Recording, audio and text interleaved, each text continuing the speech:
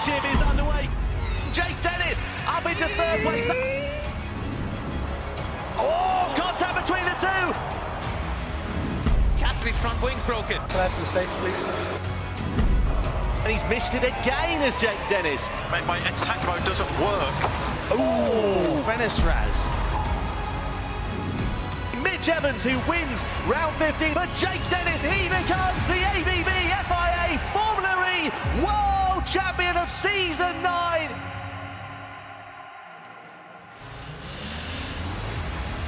Yesterday, history was made in the City of London in the ABB FIA Formula E World Championship. A new champion was born, Jake Dennis for Andretti on home soil. It was a dramatic race, fueled with action from start to finish. And it was the first act of a great double-header finale here in London. The Excel Centre is absolutely packed in front of another home crowd again today. It has a unique indoor-outdoor track with plenty of challenges to keep our drivers on their toes in the grand finale today. I'm delighted to say that joining us along for this absolutely cracking ride is a man who, well, he's been working out because he's had to lift so many heavy trophies in his career. Three-time Indy 500 winner, Dario Franchitti. Dario, yesterday, I mean, he couldn't have made it up. There was so much chaos and drama on track.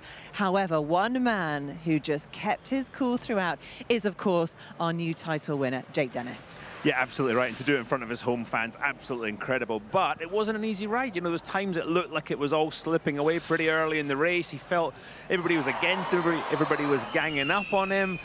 But then when everybody started losing their head, when it was really important, he did exactly what he had to do, and he brought the World Championship home to himself and to the Andretti team. Yeah, fantastic scenes there, fantastic celebrations for Andretti, who were part of Formula E from the very beginning. However, I'm hoping that Jake maybe bought the Envision guys a bit of a beer after the race, because they kind of handed it to him on a bit of a platter. Let's take a look at what happened. Yeah, what's happening with it? I mean, we want to do the gladiator stuff or not? Well, I don't... Tell me what he wants me to do, man. He's trying to attack me. Seb, we will swap positions. I'm just working out where. Okay, tell me. I need to know, guys. If I don't know... Copy that. Man, what happened now with his front wing?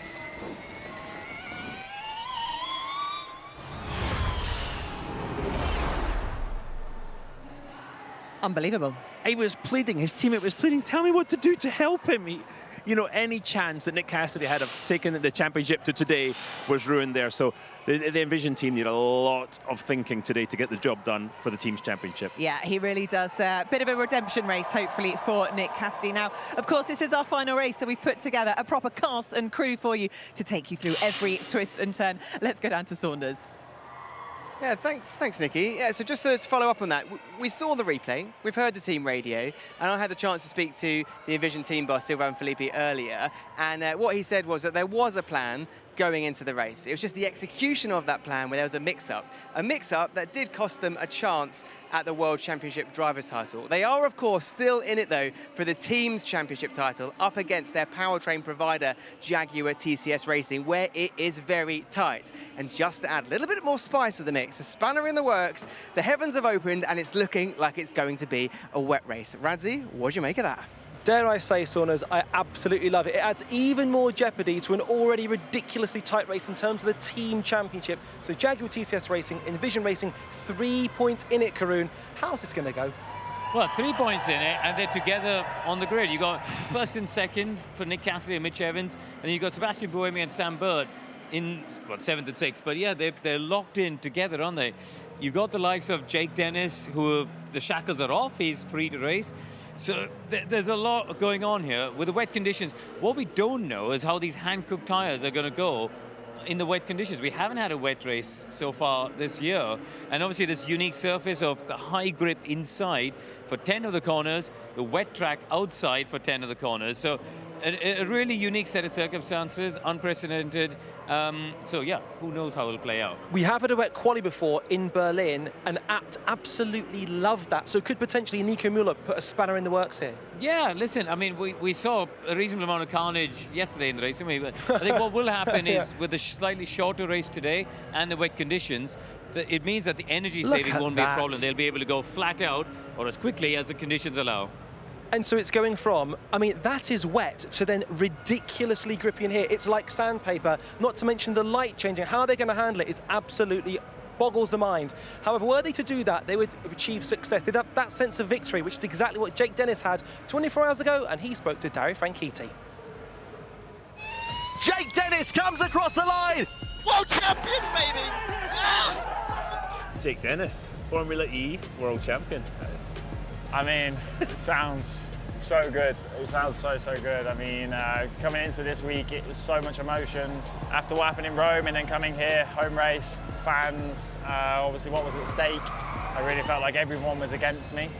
So just always calculating the risk versus reward of what you should do. Like the move I did on Nick was super important. I had to do it, high risk. Jake Dennis is going to try and hold it up the inside. Can he go through? Yes, he can. I sort of reset, came back after the first red flag and felt good. I knew I was fast. I just needed to keep my front wing alive and finish the race. To me, this championship, it's unlike, I think, any others. It's different, and it's really, really difficult. But you, from day one, it just gelled. You were straight out of the box quick. You know, championship contender in your rookie season. Why?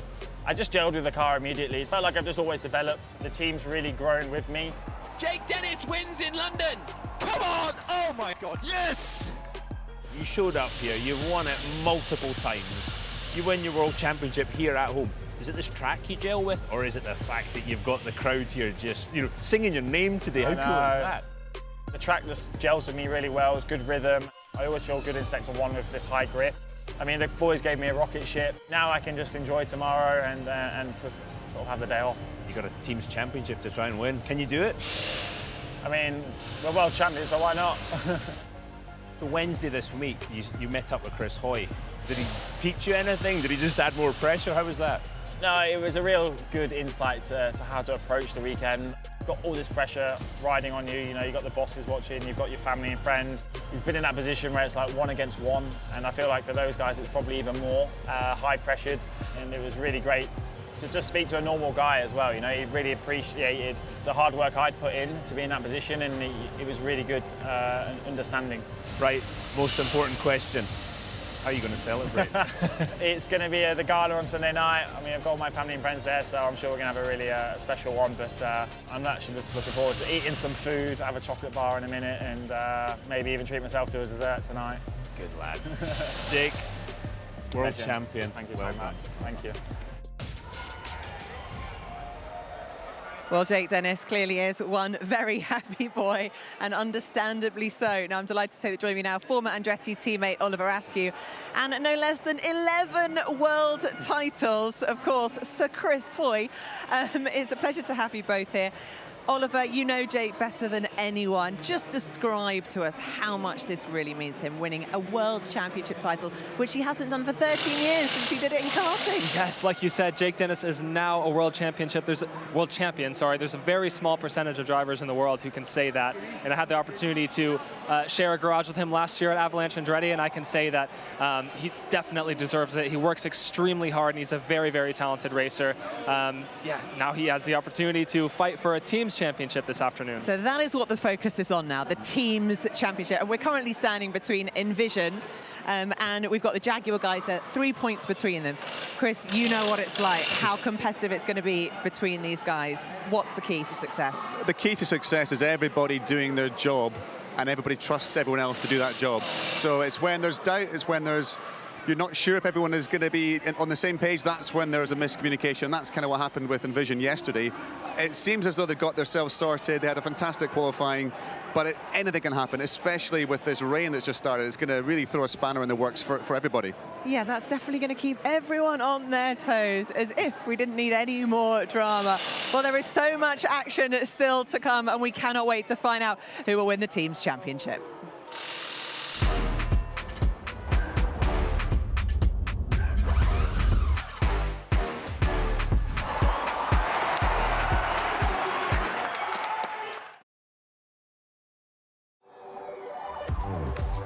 this season has served up thrills, spills and epic drama.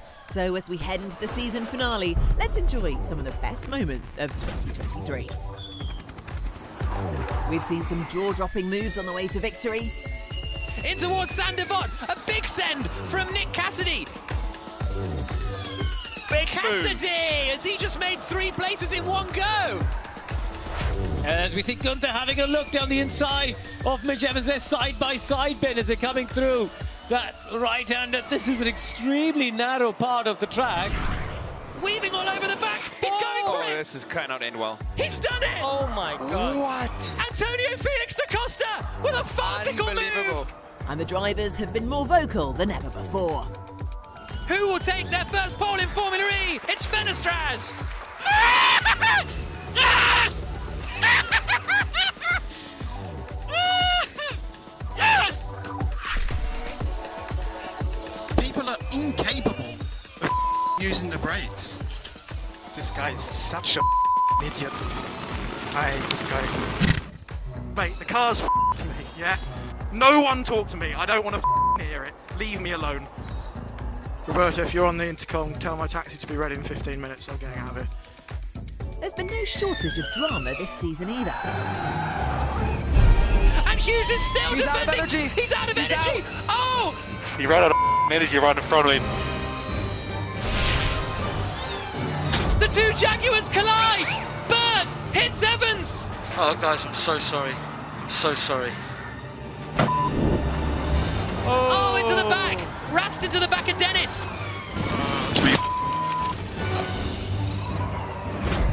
Gunther has crashed out from the contention for the lead. Car was broken. Championship leader Pascal Wehrlein careers into the back of Sebastian Buemi. I'm out. No! The huge crash there as one hit the wall. It's Nico Muller, I think. Big crash, no more brakes, just went straight on. It's Sam Bird! Sam Bird has crashed out! Oh no, that's absolutely huge! Sebastian Buemi into the side of him, red flag is immediately out! Edwin Mortaria, the other driver who's involved in that, you can see an onboard of him. When is this luck gonna stop? Side by side they go, Cassidy on the outside! Oh, Mitch Evans go! And over onto the back of Nick Cassidy, the 2 title protagonists collide! And disaster for Envision, disaster for Jaguar. Jake Dennis comes across the line! World champions, baby! Woo!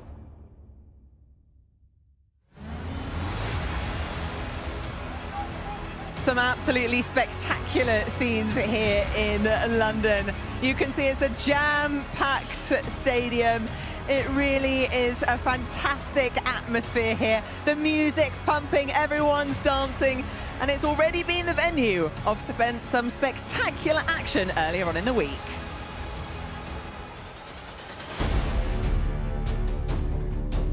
Formula E is a sport built on drivers battling right down to the line. In a venue unlike any other, with a car tweaked to leave all of its energy on the track, that's the formula for a very special kind of competition. In an attempt to break the world indoor land speed record. The drivers have a little over 230 metres to beat the current record of 165.2 kilometres an hour. The drivers are not alone in this challenge. Nice to meet you. Jake, nice to meet you, mate. Nice to meet you, man. Good to meet you. Yeah, and you, mate. It's like a bucket list, honestly, to say I've met you, honestly. Yeah. Awesome, thank you. Here with Lucas and Jake, one of these guys is going to break the world record, so who's it going to be? Me. We'll have to see. We've got the one and only. A man who's no stranger to Guinness World Records. We've got Eddie Hall. And we've got a woman who knows more about cars than Einstein knew about gravity. It's Supercar Blondie. Wow. How are we doing? That was a good intro, I like that. We try. I can hear tinkering. I think it's time we go watch the world record get broken. Let's do it. Excited. Each driver has only one attempt to break the world record. Up first is Jake Hughes.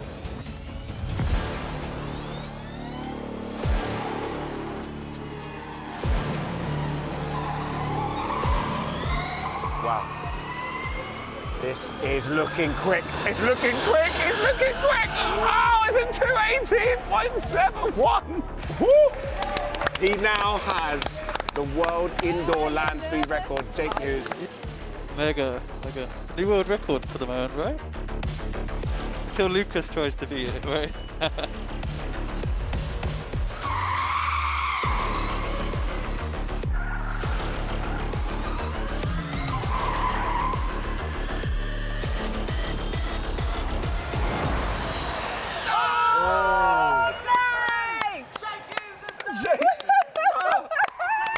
Congratulations, Thank you. man.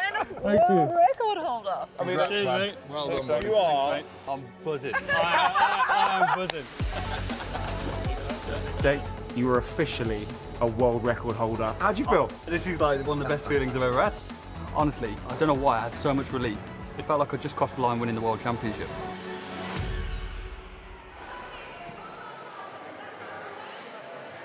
Well, what a spectacular achievement. Huge congratulations to Formula E and Jake Hughes there.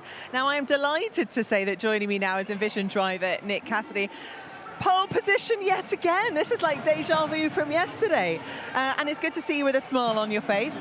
What is the strategy going to be for the start of today's race? Yeah, interesting one. Obviously, the weather is fairly interesting. So quite a different race. But really proud to be starting here both days in London. It's incredible. It's fantastic. You haven't had a pole position all season, and now you've done it twice. Yeah, I in know. London. I mean, I was quite lucky with Mitch yesterday having the penalty, but really cool fight with him in both finals. Having him there, it was really nice. Brilliant. Now, obviously, we keep talking about it. There's a lot to play for with the team's championship. So all eyes are kind of going to be on you and Sebastian Vergne, who's a little bit further back. Because ultimately, you've got to bring home the points for the team's championship. Just 3 points in it at the moment. Yeah, and I mean, obviously, between myself and Mitch, there's a small margin for the drivers.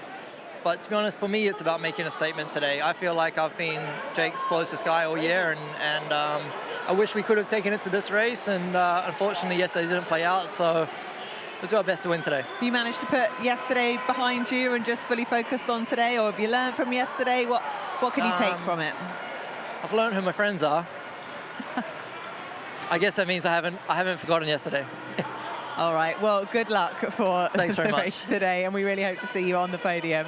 Now, this is, of course, a star-studded grid here in London for the grand finale. Let's go down to Saunders. He was here in New York last season, in Portland this season, and now in London. Jaden Smith is in the house again. Welcome back. Yo, thank you so much for having me. I'm so glad to be here. You know I love electric car racing. You know I love electric cars and supporting the cause, so I'm just glad to be here. So yesterday you saw Jake Dennis crowned champion. Today we're going to see the team's champion. I mean, what is the buzz like? It's super exciting. It's really exciting. I mean, the world champion, you know, I've been to a lot of races before, but to be here at like the world championship, like that's crazy. So I'm excited. Everybody seems very excited. There's a lot of people here today, so I'm stoked. Well, it's awesome to have you here. Thanks, Jaden. Yo, thank you. I'm absolutely delighted to be joined by BAFTA Award-winning, Academy Award-winning, Golden Globe Award-winning Christoph Waltz. Christoph, a slight departure from your normal setting. What have you made of Formula E? Not really. Equal amount of adrenaline. Not very, very interesting. What have you learned from kind of being here and speaking to drivers and everyone you have? I tell you the difference, the basic difference is the acceleration. I took a lap on the safety car. I have never in my life experienced anything like that in my body or in my mind. It was a Porsche, and I think it does 0 to 100 in 2.6 seconds, something like that. I don't think I did it all the way to the fastest, but I mean, I'm still dizzy, and it was about an hour ago. It boggles the mind what they do. Christoph, thank you very much for your time and enjoy your Formula E experience. Thank you. Thank you. Have fun too, everyone. Thank it's you. Incredible. Thank you. Well, it really is an absolutely star-studded grid here. You can see it's packed shoulder to shoulder. Everyone is here ready for the final showdown. Not long before the lights go out here at the XL.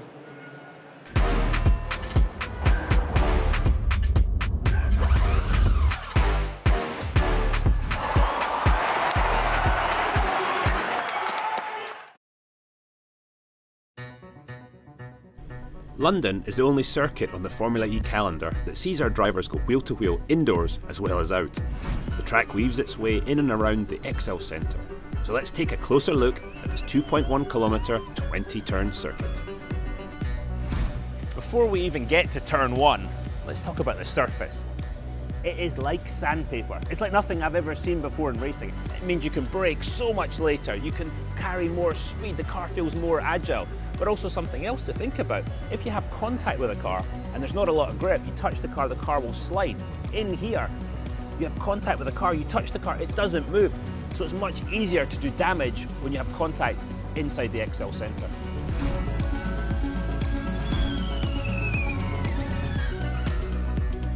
Things get interesting almost immediately, turn 1. Actually, technically it's turns 1, 2, 3 and 4, because what you do in turn 1 dictates what happens all the way to the exit of 4. You try and carry as much speed as you possibly can into, through and out of turn 1, but that means the exit of 1 becomes the apex of 2. It makes turn 2 tighter. Then you've got to get all the way from the far left of the circuit to the far right of the circuit to set up for turn 3, because then that opens up the entry of turn 4.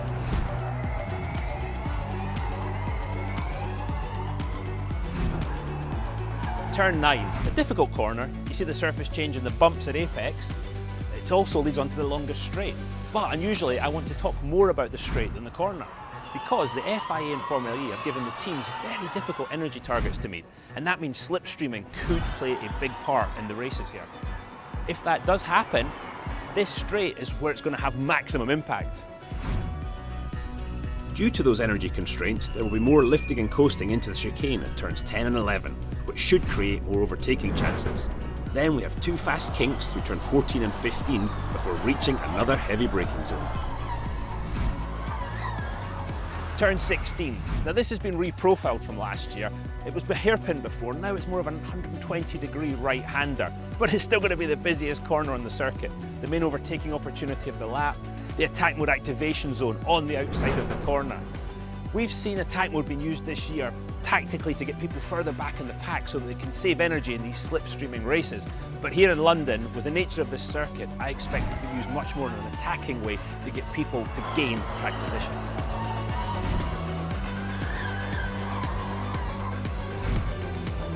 Back inside through turn 19, then it's a left-hand hairpin through turn 20 to finish a lap of this London E-Prix circuit.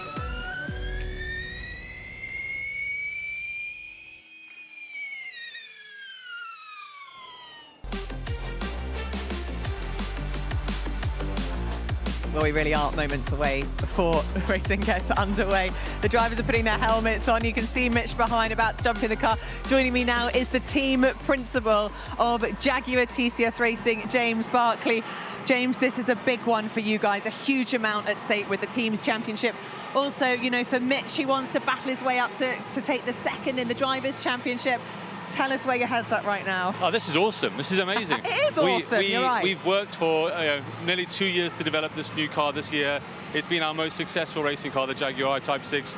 To have ourselves and our customer team racing for the team title is exactly what we aimed for. So this is job done. The rest that happens today, I always say, is the gravy on top. Right? This is the good bit, but this is sport. Anything can happen, but the team have done an amazing job, both teams, to get to this point. Now it's enjoy the moment. This is what we worked so hard for. You know, make it enjoyable, and we're going to go and have a great race. It's wet outside, honestly, so the levels have just gone up another notch in terms of the anxiety, but listen, it's a sport, great sport. I was going to say, if you can enjoy the next 45 minutes, credit to you, James, because I'm stressed out just by the fact that there is so much at stake for you guys, and you work so hard. Yeah, I mean, don't get me wrong, of course, the anxiety is there for all of us, but listen, at the end of the day, like I said, this is the moment to enjoy and be proud of. If you ask me if I want to be anywhere else, absolutely not. This is what we've worked for, this is what we're gunning for, and you know, what an incredible job from both our drivers, Mitch and Sam, today, which has been honestly flawless. So let's go and enjoy this, and hopefully we have a really great 45 minutes of racing, clean racing. Of course, the conditions make it, you know, likely for errors. Let's hope we're not caught up in anyone else's. The main thing is going to do the best job we can. Exactly. Well, good luck for a nice, clean race We will keep our fingers crossed the rain doesn't spoil it for anybody, because we are in Great Britain at the end of the day. And just have a fantastic one. We'll see you at the end. Thank you, Nikki. Thank you. Brilliant. Well, there we have it. What a way to close the grid here in London. The show is about to get underway, and any minute now we will see the lights go out. But before we do, we want the drivers to really raise the roof of the Excel Centre. Here we go. The Drivers' Championship was won yesterday. Today, the Team Championship will be determined. The top two teams both on the front row. It's Kiwi versus Kiwi. Starting second on the grid, representing Jaguar TCS Racing, give it up for Mitch Evans. And the pole sitter driving for Envision Racing, make some noise for Nick Cassidy. Now it's time to raise the roof of the London season finale. Show your love for Tiny Temper.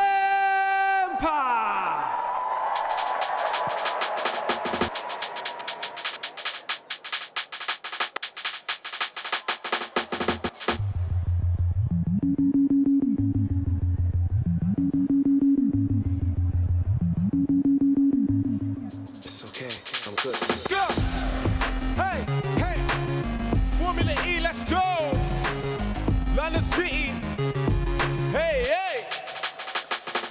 Yeah, yeah! We bring the stars out. We bring the women and the cars and the cards out. Let's have a toast, a celebration, get a glass out. And we can do this until we pass out. Let it stay, let it go away. We won't come down. Yeah. Till we hit the ground. Hey, hey. Yeah, I'm in charge now. Man, I'm a star and I rock my freaking car style. I live a very, very, very wild lifestyle. Heidi, I know Gina, eat your heart out. I used to listen to you, don't wanna bring arms out. I've got so many clothes, I guess I'm in my aunt's house. Disturbing London, baby, we about to branch out. Soon I'll be the killer Prince Charles child. Yeah, man. And there ain't nobody fresher. Semester to semester, I'll be raving with the fresher. 20 light rolls around my table and my dresser. CLC compressor, just in case I don't impress her. Say hello to this, I say hello to Uncle Buster. Got a gazing at my necklace and my crazy sun protector. G-ships, I got a crazy dumb collection. Haters, I can't hear your reception. Yeah, we bring the stars out. We bring the women and the cars and the cards out. Let's have a toast, the celebration, get a glass out. Hey, and we can do this until we pass out. Go. Let it stay, hey. Let it go away. We won't come down. Yeah. Till we hit the ground. Pass out. Yeah. London, make some noise.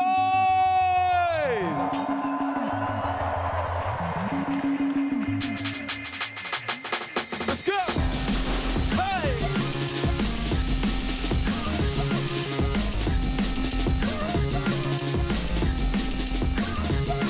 Yeah, man. Hey. Hey. Hey. Hey.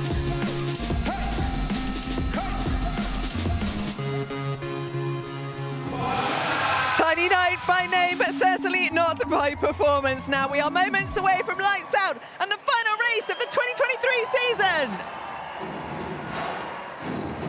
As Nikki said, just a few moments away from getting racing action underway here in London for one last dance in 2023. And boy, what a spectacle we have got. 22 drivers all lined up on the grid ahead of a 34-lap race.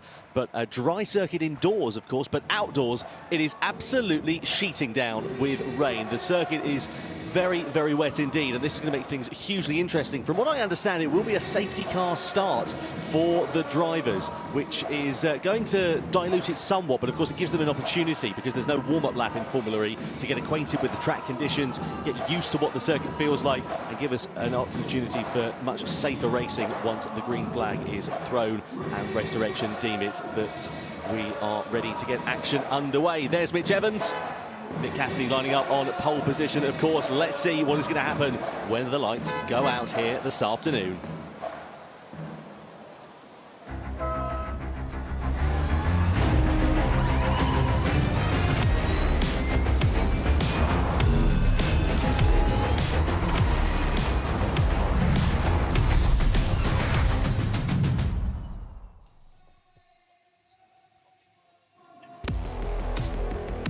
Round 16 of the 2023 ABB FIA Formula E World Championship. We've been to multiple continents over the course of this year, and we are here now ready for the finale of the season at the Excel Centre in London. The only indoor-outdoor track on the calendar. Dario Franchitti alongside myself, Tom Brooks, with Karun Chandok also in the commentary box. Dario, we absolutely love this circuit. Talk us through the Excel track at London. Yeah, indoor-outdoor. Wet and dry, 20 turns, 2.1 kilometres. This has got it all. It's difficult enough on a dry day, but what we've got today is going to be extra difficult. Overtaking opportunities. They start in turn 1, but you've got to finish them all the way in turn 5. Turn 10, good bumpy part of the track though. Attack mode activation zone, turn 16, and then it's back inside. 34 laps today, 2 laps shorter than yesterday. Yep, it's going to be hugely exciting as we get ready for racing action. You can see a few clouds overhead, but here is the starting grid then ahead of this one. So it's Robin Freins who lines up at the very back of the field with Roberto Meri alongside Antonio Felix da Costa. That's his lowest grid position of 2023, with Jake Hughes for company alongside him in the Neon McLaren. Next up we have Sasha Fenestraz and Lucas de Grassi lining up on row 9. Then it is Maxi Gunter and Sergio Sette Camara in the Neo 333 racing machine. Camara disqualified from the race yesterday. Andre Lotterer heads up the next row with René Rast just in front of him in the Neon McLaren. Then it's Edo Mortara and Jean-Eric Vergne in the DS Penske. Just inside the top 10, Pascal Wehrlein in the Tag Heuer Porsche with Dan Tickton. That's his third successive top 10 start. Nico Müller, meanwhile, just up ahead of them. That's his best qualifying since Berlin with Sebastian Buemi in 7th place. Sam Bird lines up P6 with Stoffel Van Dorn inside the top 5. And as we head to the second row of the grid, Jake Dennis lines up the newly crowned 2023 champion in 4th place with Norman Nato, his third place start of the season. Mitch Evans lines up on the front row of the grid, and pole position goes to Nick Cassidy, his second official pole of the 2023 season. Karun Chandok, what are we expecting here for this one? Well, I've just been outside to have a look. The rain is still falling. We've got a reasonable amount of standing water, especially the bumpy bits that go down the back straight between turns 9 and the chicane, and also the entry to turn 16. So watch out for that, and drivers making sure they pick the right line to avoid any big puddles. Well, we understand this is going to be a safety car start for the drivers. You can see them all lined up on the grid. Nick Cassidy on pole position for the final time this year with Mitch Evans for company alongside him. Of course, these 4 teams are all going head-to-head with one another in the title battle, the teams battle. Envision Racing, who are leading the standings courtesy of Nick Cassidy's 3 points that he got in qualifying. They are just 3 points now ahead of Jaguar TCS Racing. Then there's a great fight for 3rd place between Avalanche Andretti and Tag Heuer Porsche.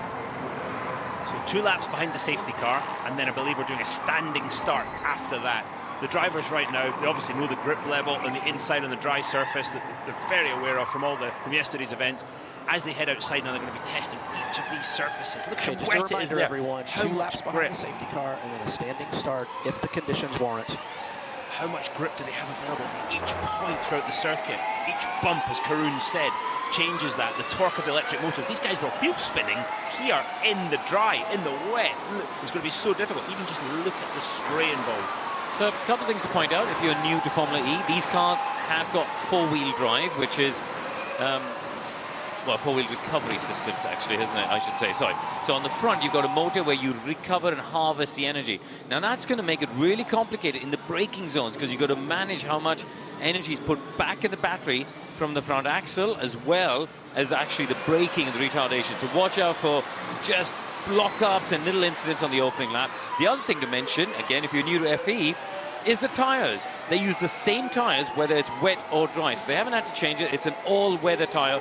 And this, I believe, will be the first race on the Hankook tyre in wet conditions.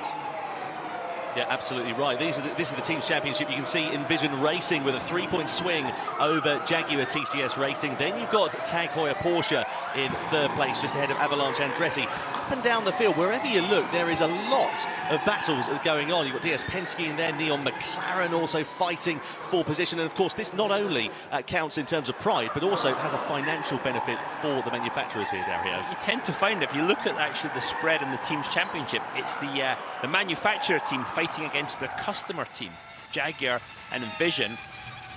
Envision are a customer of Jaguar, Andretti are a customer of Porsche, Maserati, DS Penske, McLaren, Nissan again. So it's that just shows how you know, as much as we try and equalise things, some manufacturers manage to outsmart others. And that's you know, a function of Formula E, right? So every manufacturer that Dario just mentioned have to supply the motor and a set of hardware to a customer team at a fixed price, but at the same specification as they've got as well, which is what I think is fantastic. And it means you get the customers fighting against the factory teams, showing how equal the equipment is. Yeah, it definitely spreads the wealth a bit, doesn't it? Did you see the spray? I was just about to say. Safety car speed. Now, the race has started as far as the lap count. Attention all teams, this is race control. We're going to do one more lap behind the safety car, one more lap behind the safety car. Okay, so confirmation of one more lap then behind the safety car. I think that's a sensible decision given the fact that it's wet. I mean, this is a driver's eye view from Norman Natter, who lines up third on the grid for the 4th time this year in the Nissan. And the driver's eye view, camera right next to the right eyeball of the driver inside the helmet, and it really does give you that view. You can see how limited visibility is. And you see how they're going in and out. This is, you know, a look above Natto there. You see there's a roof on that part of the building. Managers, please be aware this is race control. One more lap. We're going to do one more lap behind the safety car. Confirmation there from Scott Elkins, the race director. So, you know, again, unique power. They've come in here. I think the standing start will actually be fine because it's bone dry in here with this high grip surface. So the standing start will be fine. But when they get to turn 4 and the water is standing, that's where the fun will start. You and I have got exactly the same thought there, Karun. It's all good until you have to go single file as the surface changes from the high grip indoor to the low grip outdoor surface as you exit the XL centre. The thing is as well, we go outdoors, then we go back indoors, and then we go outdoors again. So there's just going to be a constant variation of grip levels here. I mean, if you're a driver, your fingernails are going to be down to the bone, surely, by the end of the first lap. Yeah, Michael Andretti, we saw there, he's the team boss of the Andretti team who won the Drivers' Championship, not really in contention for the team's title. They only have one driver. This man, Jake Dennis, scoring big points this year. Yeah, let's have a look at Dennis here. Lines up on the second row of the grid. He's testing the attack mode, testing the grip level around the attack mode. Smart boy. But I don't think he did it right. No, he didn't. He didn't do it right yesterday either. He missed it twice in the race. Yeah, he made the same mistake. So to engage the attack mode, you have to go over 3 sets of timing loops and completely over all 3 sets of timing loops. So lights are off then on the safety car. It's going to come in at the end of lap 3. It will be a standing start here for the drivers for one final time this year. And, well, there's a lot of standing water on the outside part of the circuit. Indoors, it's bone dry. This is a real step into the unknown for everybody concerned. I cannot tell you how difficult this is because of just lack of visibility anywhere with the spray in the cars in front. You have to feel the grip through your hands, through your balance and your vestibular system, and just try and survive. And you might be thinking you're doing a great job. You might be doing a great job. And then somebody 5 cars back locks up and wipes you clean out. The unknowns in this race are incredible. That's the first time I've heard vestibular system in commentary. Is it? Did you get a Thesaurus for Christmas, Dario? Okay, guys, this is race control. This is race control. The safety car is back out. Yes, the safety car is back out. We're going to do safety car again here. Safety car again. Oh, right. Okay, so safety car back out. So they've aborted the standing start now then. And that means that the race will continue on then behind the safety car, in safety car conditions, effectively. Safety car.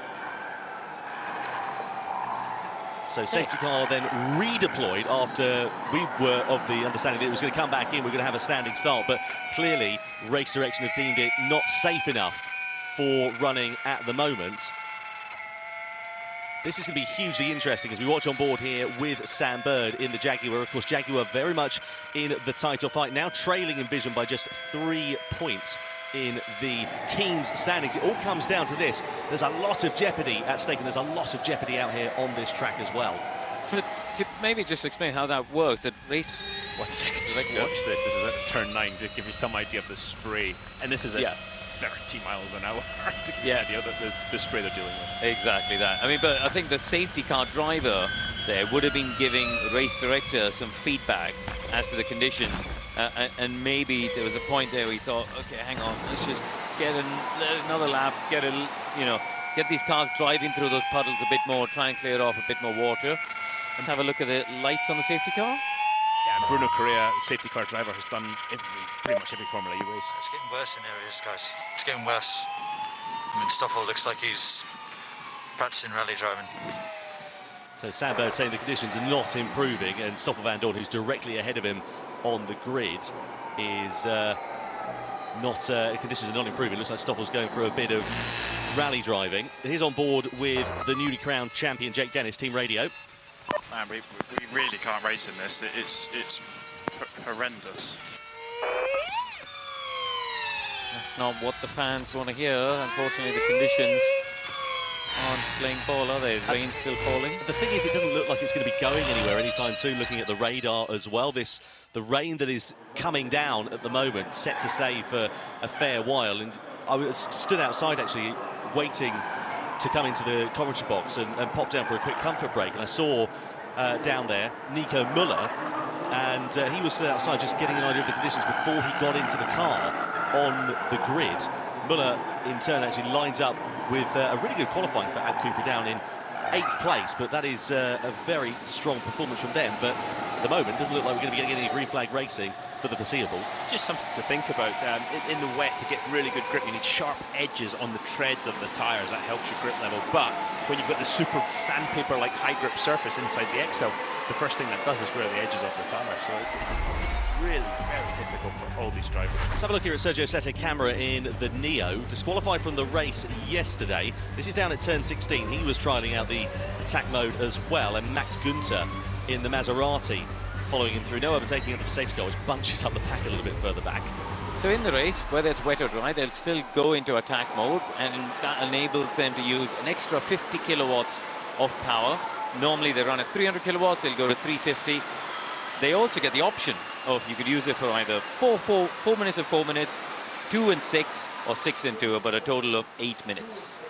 Karun, we always, as drivers, love a bit extra horsepower. Would you like some more today? Or Not in these conditions. I'm with you, absolutely. Red flag has been brought out, so that means the race has been suspended. Because everyone else is doing burnouts and working a lot on the rear axle. And I'm trying not to do that at the moment. Race control, please listen up. Here's what I'd like everybody to do. Let's follow red flag procedures. Let's park in front of your garage and park for May conditions. Here's the deal. I'm getting in reports that this weather's going to move out in about 10 minutes. So what I'm going to do is I'm going to send the sweepers out and clean the track a little bit. We'll delay for a few minutes here to try to get conditions a little bit better, and then we'll get this thing restarted. That's the plan. Scott Elkins, I mean, what does he have to do to catch a break? He's been so busy the last couple of weekends in Formula E. Last couple of weekends, last couple of years. Poor man. You've only turned up the last couple of Well, weekends. that's a good point. This has been ongoing. This poor man, he's got such a difficult job to do. Yeah, thankless task, isn't it, being a race director? And there were a plethora of penalties that got applied this morning. We had 2 red flags at the conclusion of round 15 here yesterday. And he doesn't really apply the penalties. That's the stewards. That's all. That's not. He controls the race, the running off the event, which he does a really good job at. So, okay, attention all teams, just for clarification, so everyone's aware. Team managers, please listen closely here. The wet track sign was posted prior to the race. The wet track was posted prior to the race, so you do have permission to adjust tire pressures in Parc Fermé. Okay, so wet track, you can adjust the tyre pressures. Those are all the changes that you can make here. So what they tend to do when you've got wet conditions is they go up on the tyre pressure, they boost them up. So often even up to 10, 15 PSI. I remember Berlin, some of our cameramen were brilliant at getting the zoom into what tyre pressures people were setting, and was up at sort of 38, 39 PSI. You know, that's more than most road cars. Yeah, you wouldn't go near that in the dry. You would not even think about setting them there. You see Mitch Evans, look at the visor. He's got that double, he's actually not got the double glazing visor on the RI helmet there. He's got the Okay, team managers, this is race control. This is going to be 10 or 15 minutes, so I'm happy to let drivers out of the cars if you wish, please. We'll give you a 5-minute warning. Just get everybody back together. So 10 or 15 minutes then of what is expected to be this delay whilst they send some sweepers out onto the circuit to try and clear some of the standing water. Just saw Sam Bird and Mitch Evans having a brief discussion as Mitch remains in the car. Sam has just jumped out of it for now. This is the point when there's normally a queue at the bathroom because all the drivers have been hydrating since the race last night, and they're suddenly going, uh-oh, we've got to head down there. We'll save sending Saunders down to that point to get their points of view for now, shall we? Nick Cassidy, pole position for him, his second of 2023. Qualified second fastest yesterday, but owing to a grid penalty for Mitch Evans, that meant that Cassidy lined up on pole for the first time since New York in 22.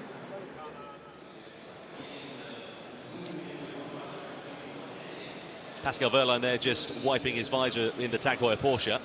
Yeah, you look on his visor, they have these tear-off strips which you'd use in the dry to sort of clear your vision if you get muck and oil and all sorts of stuff on it.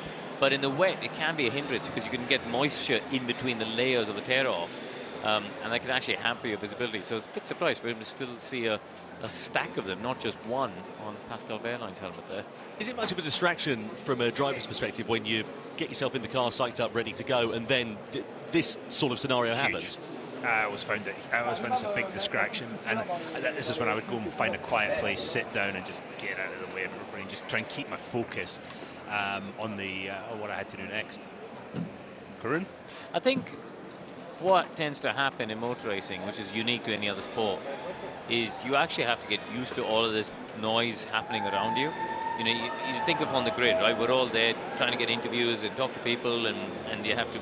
There's sponsors and media and all sorts going on.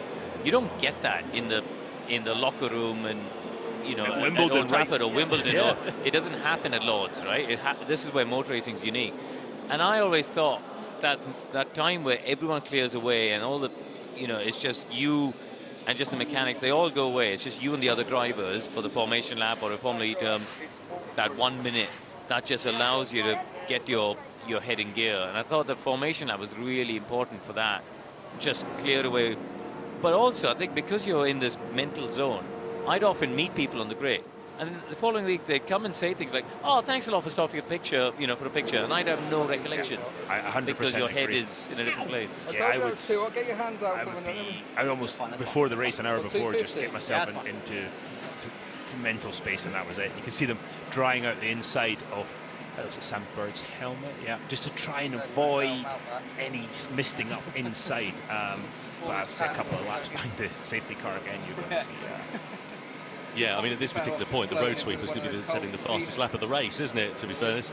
Let's head down to Saunders, shall we, who's in the pit lane for a bit of an update. We will now. Yeah, thanks, guys. I'm here with Sam Bird, Jaguar TCS racing driver. Let's have a little walk around your car, because it's just here. Sam, what can you tell us about those conditions? We heard you on the radio said following Stoffel was like watching rally. Yeah, it's the thing is, if you look at the tread pattern on these tyres, these are designed specifically for Formula E. They're kind of a road-going racing tyre. But as you can see, there's not much tread pattern there. You've just got this groove and this groove and this groove. These grooves, they don't really do very much. So in terms of dispersing water, there's not a lot of chance. So we're basically spending a whole lap aquaplaning. There's no grip out there available for us at all. It's not. We look terrible for not being out there. I feel sorry for the fans, but we simply would all have big accidents if we were out there right now. It's just too wet for Formula E cars, especially with the immediate torque as well. So, yeah, she's now very dirty, very wet, as am I. But look, if it stops raining and they can do a bit of sweeping, we'll get out there and put on a show. Well, that is the word now from the skies, is that, it is clearing up. We might be able to get out soon. But yeah, thanks for the little insight there. Really interesting, because tyres are the only things now you can change to help the car response, right? Yeah, exactly. As you see Maserati making some adjustments to their tyre pressures. Wonder what they're doing. Well, okay, that's interesting. But yeah, it's the only thing that we can change right now. So, yeah, I might speak to the team actually. Okay, well, you go do that. And meanwhile, let's hand over to Oliver, who's at Avalanche Andretti. I've grabbed Jake Dennis here. We heard you on the radio complaining about how wet it was and it was too dangerous to go green. How were the conditions outside? I mean, yeah, it's really bad out there, to be honest. It's one of the worst conditions I've ever driven in, so it's not nice. I mean, I literally have nothing to lose, and I'm all for a race today, but yeah, you literally can't even see Mitch in front of me, and I can only see Norman, so yeah, it's pretty sketchy out there. I just hope for everyone's safety and that we do the right thing, but yeah, I really want to race for the fans as well. They've got it nice in here, it's nice and dry, but out there it's a swamp, so yeah, hopefully it clears and we can get back out there. You're British, you have a lot of experience racing in the wet. How do you feel going into the race knowing that it's going to be difficult? I mean, yeah. Generally the Brits are quite good in the rain. I've always been good in the rain through my career, but I can imagine for you it's really bad. Yeah, so it's sketchy as hell. But yeah, I mean, I'm experienced in the rain, but that's next level in Formula E, on the zebra crossings, the bus stop signs, everything, white lines. It just adds a whole new element compared to any other motorsport where it's just a nice normal circuit. Here you have everything. So yeah, visibility zero, track grip zero, and yeah, not possible to race right now. I'm impressed. It seems like you've got a bunch of energy today after that championship win yesterday. You had a good night's sleep? Yeah, I did, to be fair. I don't think I will tonight. I think we'll celebrate properly tonight with the team and really enjoy it. But last night was just a nice dinner with friends and, ready to have a chilled one tonight. Good. Thanks for the time. Back to you guys. Yoli just saw Trigger's broom down there clearing up some of the spray. So Jake Dennis made a good point about the white lines and all the painted surfaces. They're like ice and even less grip than they would experience otherwise. Yeah, absolutely right. So Edo Mortara there here in the Maserati, still under red flag conditions as it stands for now.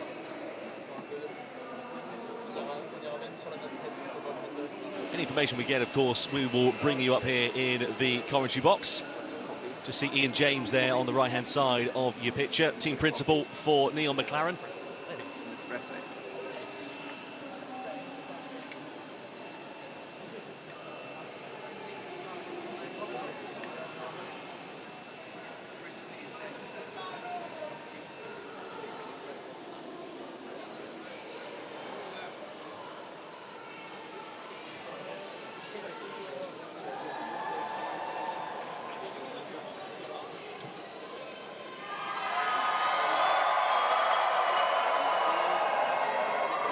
As a team and as a driver, right? If you have clear answers of there's no grip or there's no balance, you know, in one, got too much understeer, oversteer, or whatever, at least you have a problem to fix. If you don't know where the speed has gone, that's a really tough spot to be in. In qualifying.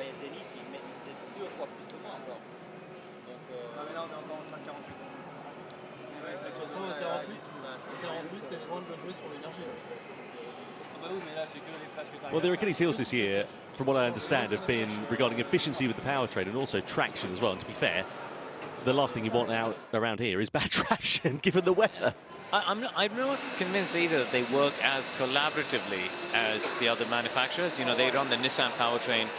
And you know, the way we've seen Envision and Jaguar really work together, Porsche and Andretti sharing information, I'm not sure there's as much of a collaborative effort between McLaren and Nissan. So Andre Lotterer here in the Avalanche Andretti garage as he just goes in to talk to teammate Jake Dennis as they await any further information as to this race's resumption. No news as of yet. So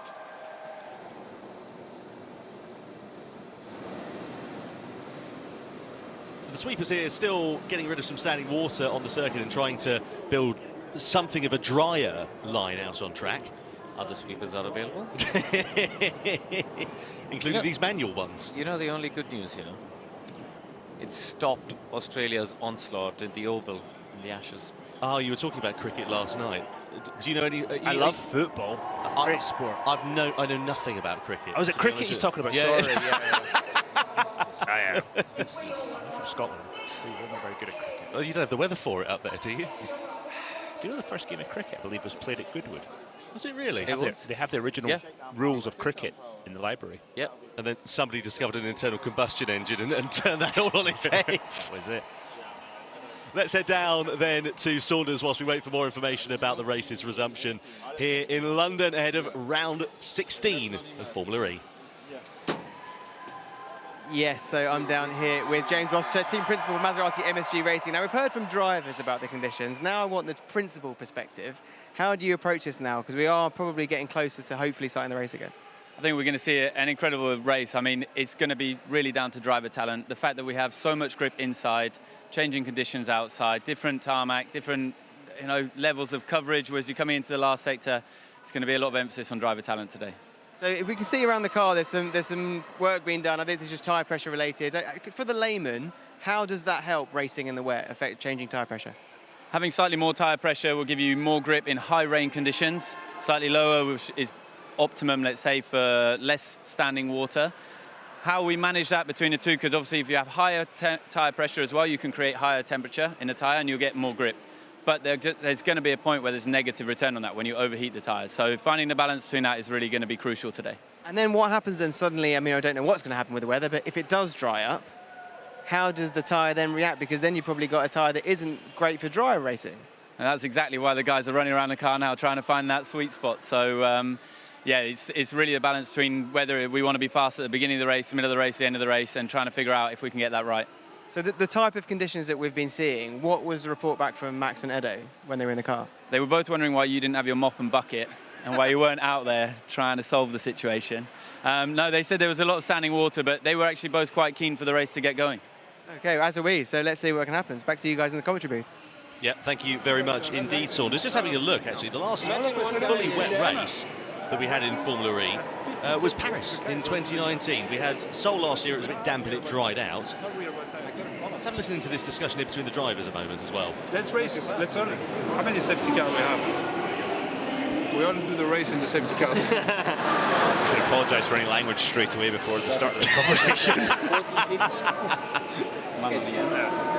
You don't go full throttle. If there is only 11 safety cars, you take the start, you have the race, driver change, I go.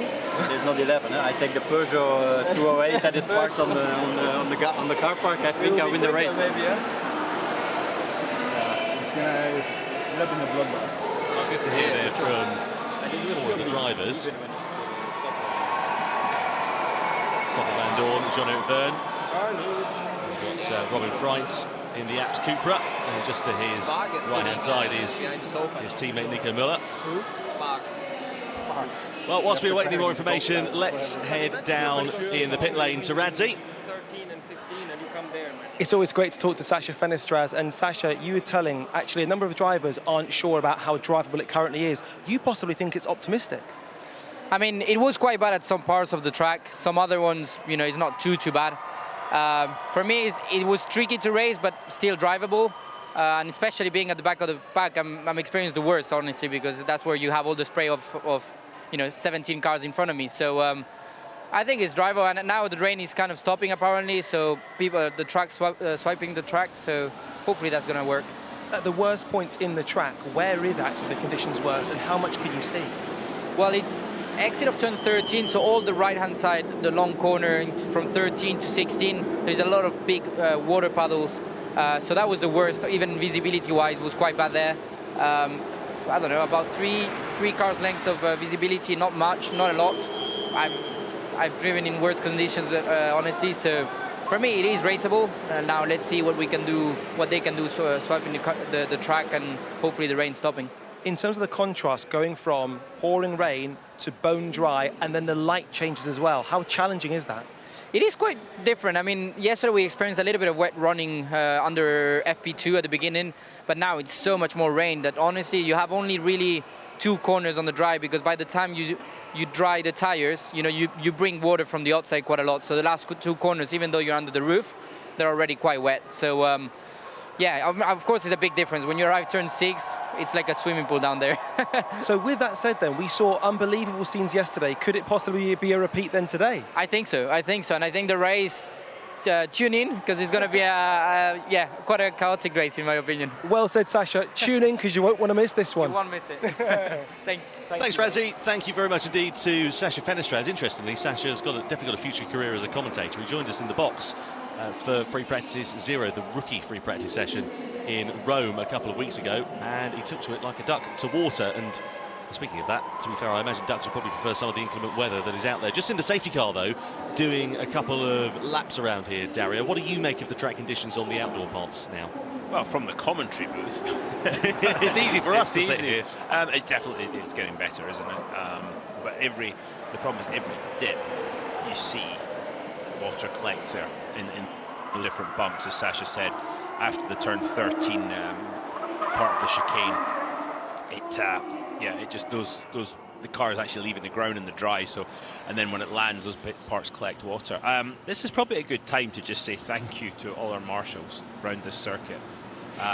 It's true for any motor racing. Without the marshals, we're not doing it. And week in, week out, sunny, rainy, they're always here.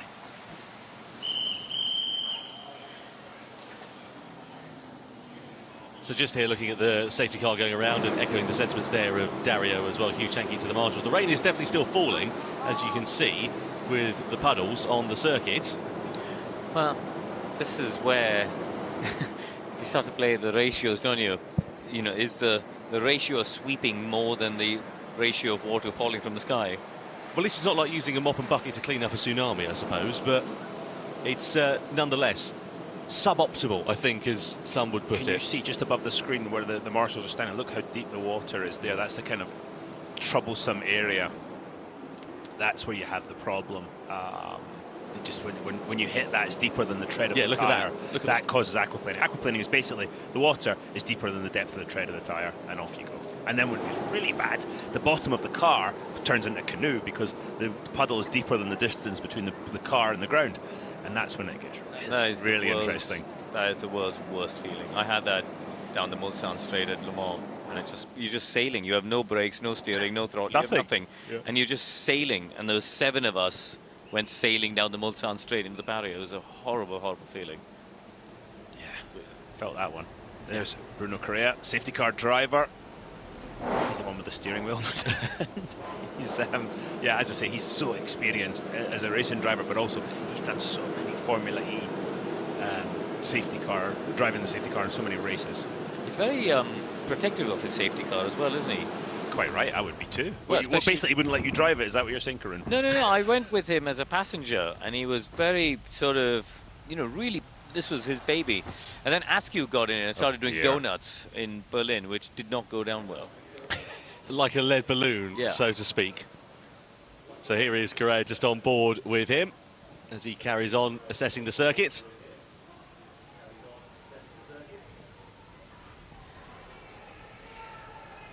Well, let's get the view of a driver who knows a thing or two about Formula E. You've pretty much been at every Formula E race since it started back in 2014. The most experienced, one of the most successful, Season 3 champ, Lucas de Grassi. Lucas, this is the first time we've had the Gen 3 car experience a wet race. Just talk us through the differences between Gen 2 and Gen 3. Is there much? Yes, there is. So we had actually a wet qualifying in Berlin, but not the race. And the experience we have with these tires are harder than last year. And we have almost twice as much torque. So you can imagine that on acceleration, you have to be very, very careful with the throttle. Here, when we drove on wet, I think it was the day before yesterday, a little bit wet, you couldn't put full throttle in the whole straight because of the excess torque you have. But the main problem we have now is the visibility. It's not really the drivability of the car.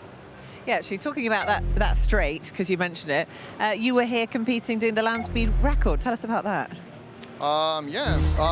That's actually would be a fantastic way to prove that actually in the wet, the four-wheel drive car, because on the land speed record we had four-wheel drive, and this car is perfectly capable of doing that. Right. It's just a software change. It has more than 300 horsepower available on the front axle alone. So in the wet, that will make a big difference in the traction that the car would have. So that was on the Gen Beta car, which just had some slight modifications made. It's basically the same car, but with a little bit more power and softer tires. Great. So the car was accelerating extremely fast, almost 20 to 30 kph quicker than those cars. Sorry, Oliver, I know you've got a question, but I've just got to ask. When you're trying to set a land speed record down a straight, but at the very end, well, there's a wall. Is that not terrifying? No, because the beacon was much earlier. Right, okay. So we measured the speed in the middle of the straight. The car is capable of doing probably maybe 250, 260 or more. It's just that we don't have the space then to brake. Well, exactly, that's what I'm talking about. But the beacon, they did it reasonably. So we had a beacon, so it was very easy to stop. And so the main difficulty was just to kind of accelerate. There was really... Well, it was very exciting to see. I know you were doing it with Jake Hughes. He did get the record, though. Yes, sorry to mention that. Lucas, you've been super vocal when it comes to making progress with the Formula E, always trying to make changes and make it better. You mentioned before our interview that you had an idea to kind of reduce the spray of these cars in the rooster tail. Yes, one of the problems of single-seater open-wheel racing, and you know very well, is the spray. The problem that we are here in the pit lane right now is because the visibility of the spray is almost impossible to see even the car in front of you. Yeah. With Formula E, we have a unique opportunity because we don't change tires on the pit stop. We don't have pit stop. We could cover the rear tire and create like a protection for the spray, and that will allow for races with much better visibility and better aerodynamics also. I love it. Lucas always has a great idea up his sleeve, that's for sure. Thank you for talking to us, Lucas. And we hope Thank you very much. For a dry race very soon. Let's go down to Saunders. He's with Dan Ticktum. I am indeed. I'm here with the man, the myth, the legend, the fan favourite, Vernon K favourite, also Dan Ticktum. Let's look forward to a positive future. We're out there racing. How do you fancy your chances? Because being from the UK, you're used to racing in the wet. Yeah, I mean, I remember the latter part of my karting career. I had a season where I didn't have a great engine, and my only chance of winning races was when it was wet. And it's less prevalent in cars, but I mean, the harder the conditions, the more obviously the driver makes a difference. Less about the car and more about the driver, which of course I like. So yeah, I'm looking forward. I do hope it starts and soon, because obviously we all get psyched up and then it's like, oh, have to wait again, but it's part of the job, of course. So just talk to me a little bit more about that in terms of keeping the mindset in the attack mode, in ready to go racing, because we have got this lull now, hoping to go back out. How do you keep yourself focused? I think I stay, despite what some people might think, I stay pretty level-headed in these sorts of scenarios. I have good confidence in the wet. I think I have a good chance to go even forward today, because energy target is quite high for the rain, so it's almost full push in the wet. So again, much more about the driver, less about efficiency, which for me at least sometimes is pretty good, yeah. Okay, let's follow up on that, because again, we find ourselves in a position where this might be beneficial to people in your position, where energy management isn't necessarily the friend of Neo, but rain completely levels the playing field. Absolutely. Yeah, I don't want to be too defeatist about our efficiency, but yeah, like these conditions, could have had a few more of these this year, to be honest. And also, we are fighting Mahindra in the teams, where I need to score, 2 more points than whatever they score. So, if I can go forward a couple and get 9th in the teams for us, that would be a good end to the year. Well, we look forward to getting back on track, see what you can do. Back to commentary. Cheers, Saunders.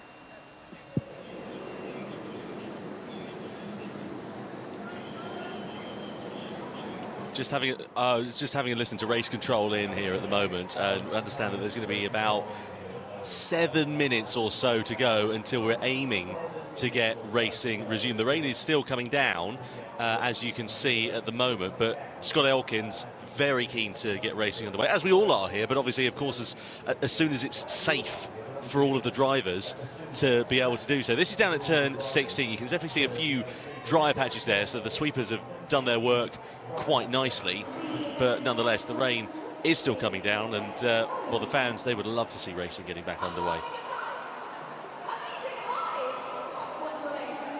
Just understanding that Antonio Felix da Costa has been asking for a visor from Jake Dennis as well. Oh, there we go. Let's have a look. Yeah, it'll cost you. It's interesting, actually. There you go. Yeah, he's managed to get a visor as Antonio Felix da Costa. Yeah, I like that. I remember watching, because I wasn't born at the time. 96 in Monaco, DC borrowed one of Michael Schumacher's helmets, didn't he? Absolutely right. Yeah, because his helmet was steaming up. I think different manufacturer. Yeah, he didn't have the double glazer vising system which Michael had on his one. Yeah, exactly. And having raced with a double glazed visor system now, it stops everything steaming up. It's a really good. It was a massively important invention for single-seater racing. So Race Direction have now given the go-ahead for the drivers to get back into their cars. We're aiming for 6 minutes or so, and then hoping to get racing resumed. It will resume once again behind the safety car here. What are we expecting from a driver's point of view? What goes through your mind now at this point? You've got to get yourself back into that zone. Where's the limit? You're actually just thinking, how much grip am I going to have available on that first lap? What am I going to be able to see? Just got to keep yourself calm, get in the car, and get ready to do the job. Well, there's Eden Mortara making his way back in. The crowd still very much in good spirits as the drivers climb back into their cars ahead of racing resuming here. Okay, everybody, from race control, that's 5 minutes. 5 minutes to the restart. 5 minutes to go until the restart then. We have confirmation And we've already had 5 laps that have been completed here so far under safety car, so we haven't actually had any official wheel-to-wheel racing as such, but it does count towards the overall race distance at this point. And of course, the thing is, because we haven't had any race running in these conditions, it is still very much an unknown for the drivers from that point of view.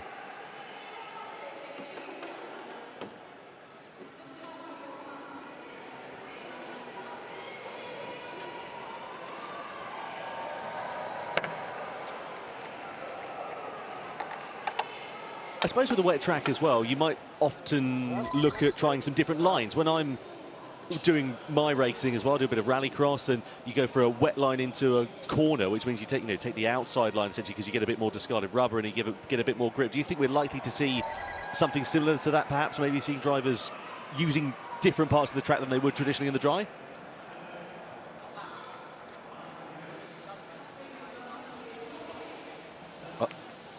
So here then is Mitch Evans coming back into his pit box.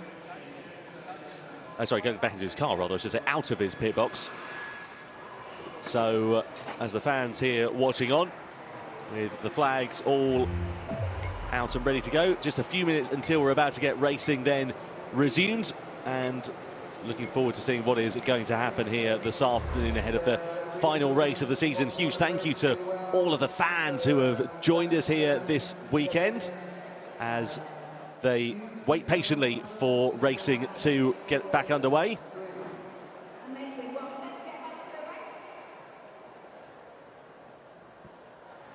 So just a few minutes to go then until we get racing resumed here in London. 5 laps completed, all behind the safety car owing to the wet conditions. The race was then red flagged because of a lot of spray that was being kicked up by the cars. You can see confirmation there. The race will restart at 17:45 local time, so that's just under 3 minutes now to go, as you can see at the bottom right-hand corner of your screen. We've had no wheel-to-wheel racing. It's all been behind the safety car at a control pace. So in theory, once they come out from with the safety car, we should hopefully get 1 or 2 laps perhaps, and then we will get green flag racing.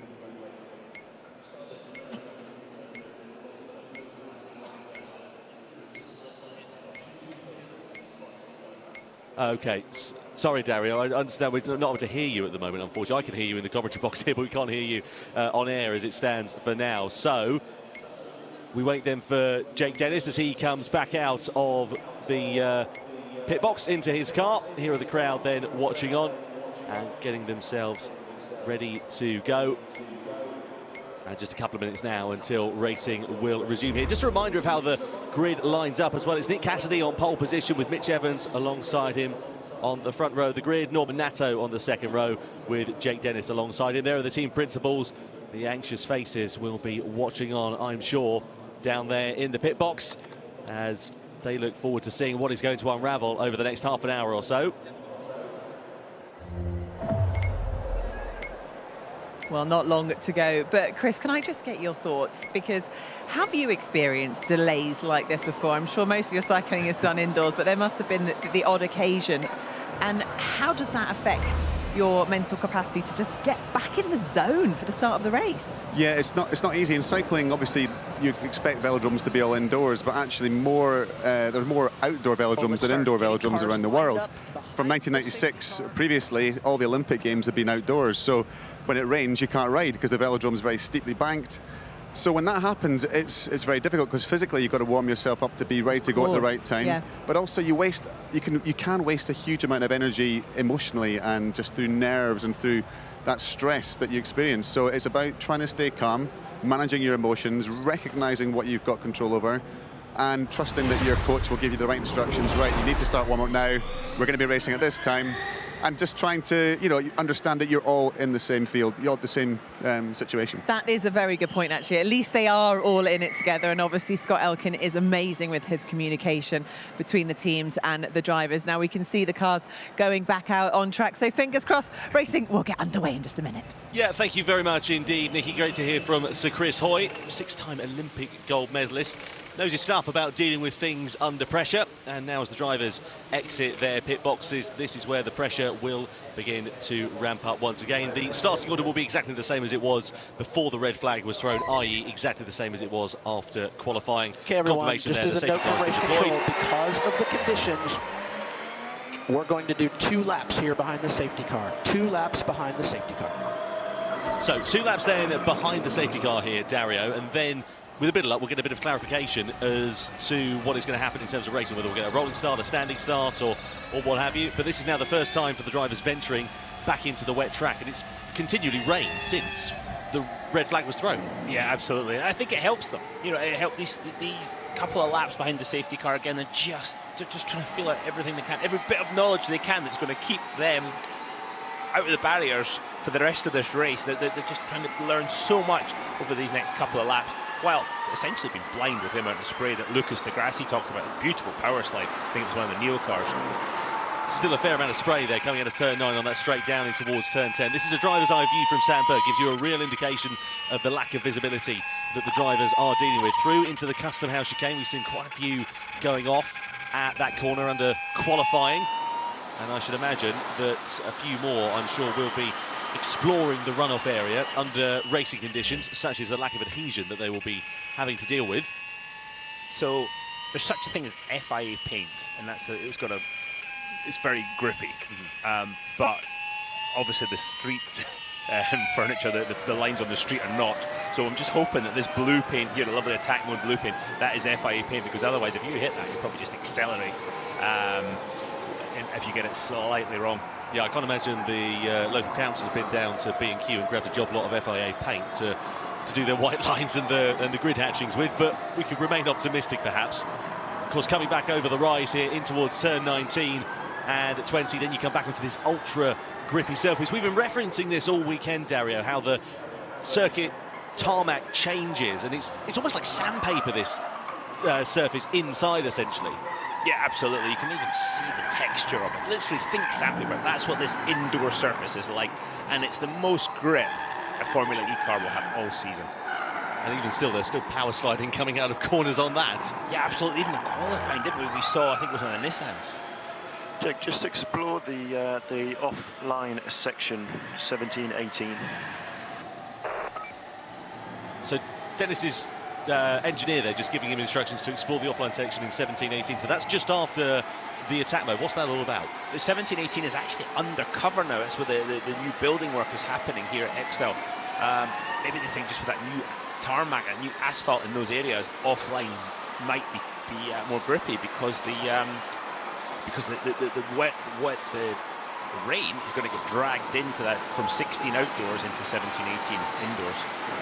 Well, the rain's still coming down. You can see a fair amount of spray coming down that back straight. I can't imagine that the conditions have improved enough to get racing resumed, but that's just my opinion. I'm not race direction and I'm not Scott Elkins, so you wonder what the decision is going to be. We're expecting 2 laps behind the safety car, so I'm sure we'll be due an update from Scott and the team very soon. Yeah, safety car lights are still on. That tells me we're not red flag. There we go. Yeah, exactly what I thought. I mean, looking at it, the track conditions were exactly the same as they had been before the red flag was thrown the first time.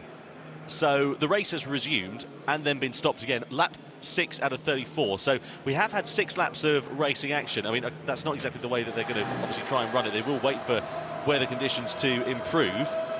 If they do, I mean, everybody wants to get this race up and running. We need to get a meteorologist on the team for next year to try and figure out what we can do.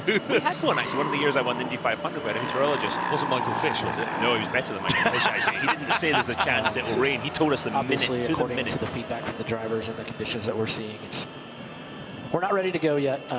Word is that this is going to last approximately 10 to 15 minutes. So again, drivers, feel free to get out of the cars, and we will update you on conditions as we can. So that's race director Scott Elkins once again saying about 10 or 15 minutes the expected delay. We thank you so much for your patience and for sticking with us. I understand it's frustrating being sat there waiting for the final race of the season. It's frustrating for us here in the commentary box, especially frustrating for the drivers, for the teams, all of that pressure, that anticipation. And we would love to get racing underway, but of course we want to do it in as safe a way as possible. And a shake of the head there from Jake Dennis just tells you what you need to know. And our feedback is if you can believe it, the rain picked up as soon as they headed out. Such is the British weather. Yes, the joys, unfortunately, of being in Great Britain. We get so ribbed, don't you, by the fact that people sort of throw a blanket over British weather. And unfortunately, right when you want to try and disprove the theory, here in the middle of summer, at the end of July, and it goes and buckets it down right when you don't need it to. It's been a lovely summer, honestly. It really has. It's been lovely. Yeah, if you're Alan McNish, you live in the south of France. Yeah, different story. See, the guys again, they've got all the adrenaline going, and then, okay, back down, calm down again. Keep focused, though, stay focused. You see Mitch Evans. Balaclava off. And just talking there with the team. Sebastian Buemi also out of the car here as well. So the two teammates then, Sebastian Buemi, Nick Cassidy. I can't imagine there's particularly much love lost between the two after what happened here yesterday. I think when that has all been explained, when you see how much Buemi was actually just trying to help, I think everything will be okay. And I think Cassidy might go, you know what, actually, sorry, man, you were really trying to help. And yeah, I thought that Sebastian Buemi was not being a great teammate. Turns out he actually was. He just wasn't getting clear instruction. I thought Cassidy was actually upset with the team more than Buemi, and he was right to. Yes, because they were being indecisive. Now, fair play to Sylvain.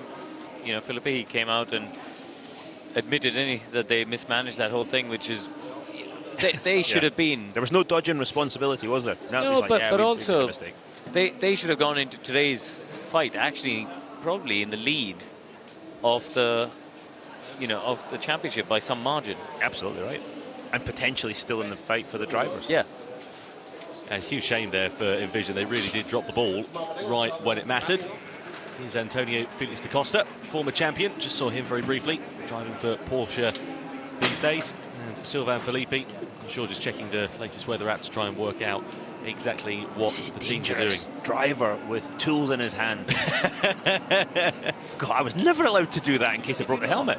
I always change my own visor. It really confused the helmet supplier, because they would change the visor for most drivers, and I was very sort of fixated on. I didn't want anyone else touching my helmet. Really? At that time of the race. What? Oh no. And it was I would let them put the tear-offs on, but I would tighten the visors to exactly the amount I wanted it tightened up, so I knew when I wanted to, open and close.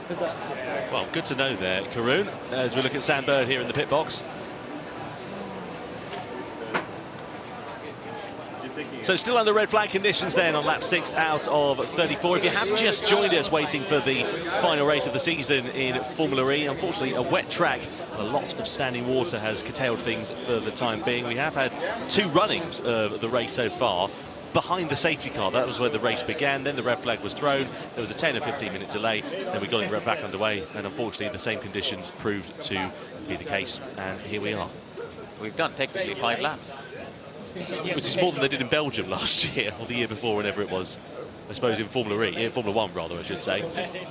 But Jake Dennis, he's got to be riding high on a wave of confidence. Pressure's off for him now. He certainly looks more relaxed than he did yesterday before the race, didn't he? Yeah, you can see a lot of tension in his shoulders over the course of this weekend, and there was a lot of pressure on him. Home driver, home weekend. Wondering how he was going to tackle it, what others were going to be able to bring to the party, and especially at a weekend where Jaguar powertrains have been so strong with the Envisions and the factory Jaguars. He and the Andretti and the Porsche powertrain have really pulled it out of the bag. I was talking to Michael Andretti earlier, and he said one of the things, in fact, the thing that impressed him most about Jake Dennis was his desire to go out there today, having won the Drivers' Championship, the Drivers' World Championship yesterday, to go out today and attack still and push just as hard as he had yesterday and fight just as hard as, and Michael really appreciated that. Well, the fans here watching on, and a huge thank you to them for sticking with us here as we await any further information. Here is Mitch Evans, his team Jaguar, embroiled in a title tussle in the Teams Championship with Envision Racing, which Envision lead by now 3 points courtesy of Cassidy's pole position here earlier on today, which has given them just a slight advantage. But hopefully when we do get the race underway proper, we'll see exactly how that is going to play out. So they just stood in the pit box here, Dario. What sort of things, we'll come into that in a few moments' time, actually. Let's head down to Nicky and the team. and see what they've got for us. Well, what have we got for them? We've got the music, if you can hear. A great speaker system. It's for raining men. Cupra. I wish it was raining men and not cats and dogs. Do you know that phrase, Oliver? I do. Yeah. Yes. just checking, because raining sometimes we have a sideways. language barrier between us. Yeah. The Brits and the Americans. Great tune. Can you sing? I can, but I'm not going to in this Go very on, moment. come on, we've got I think it's however good. many. They're How trying many to red keep the flags have we morale had up. today? You know, trying to keep their drivers pumped. It's so difficult going back and forth. Think you're going to go racing, and then the next moment you're back out of the car. You know, just staying hydrated. Working. Yeah. There's a few, I can see a few of them dancing at the back of the garage. Robin Friends is definitely not dancing. Yeah, okay, well, you know, Robin's got a bit of practice to do. Yes. Maybe not in the car. Well, maybe in the car and on the dance floor. Anyway, we had a cracking day yesterday, seeing Jake take that championship title, making history. But it's not the first time it's happened. This is our 9th season. We've had some epic champions over the years, some quite incredible wins that have gone right down to the wire. Let's remind ourselves of some of the best bits from Formula E. As our drivers head into the final race weekend, here's a look back at Formula E's previous champions, our magnificent 7. In the debut season, it went down to the wire in London. Oh, and a spin! Boemi spins! Oh, and it's all kicking off here! Senna holds on! With Nelson Piquet Jr. clinching the title ahead of Sebastian Buemi by just a single point. Oh my God, I cannot believe it! The following season was dominated by fierce rivals Buemi and Lucas Di Grassi as they entered the final race level on points, in what would be one of the most dramatic showdowns in Formula E history. We go green in London. It's a very good start from Di Grassi, side by side. Oh, he hits him! I don't believe it! The 2 championship contenders out at turn 1. Returning to battle in their second car, it was Buemi who would set the fastest lap time to take the title.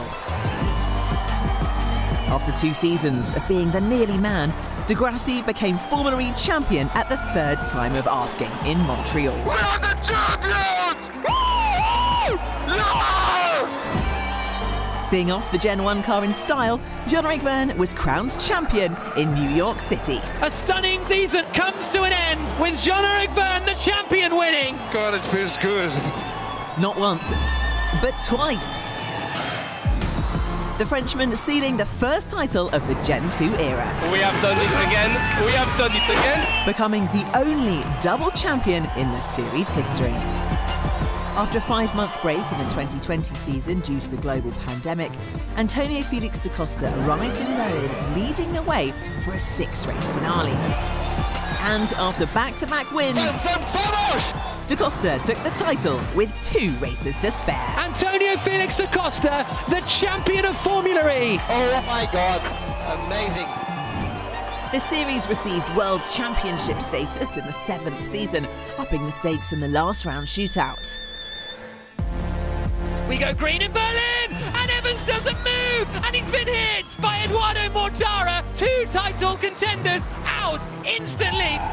Dennis is in the wall and crashed out. What on earth is going on in this title decider? As his title rivals fell by the wayside, Nick de Vries cruised to victory. First world champion, mate.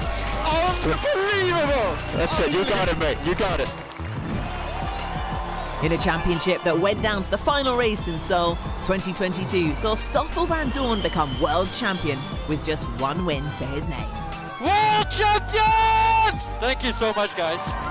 With 7 champions in 8 years, who will be the next to have their name carved on the Formula E trophy?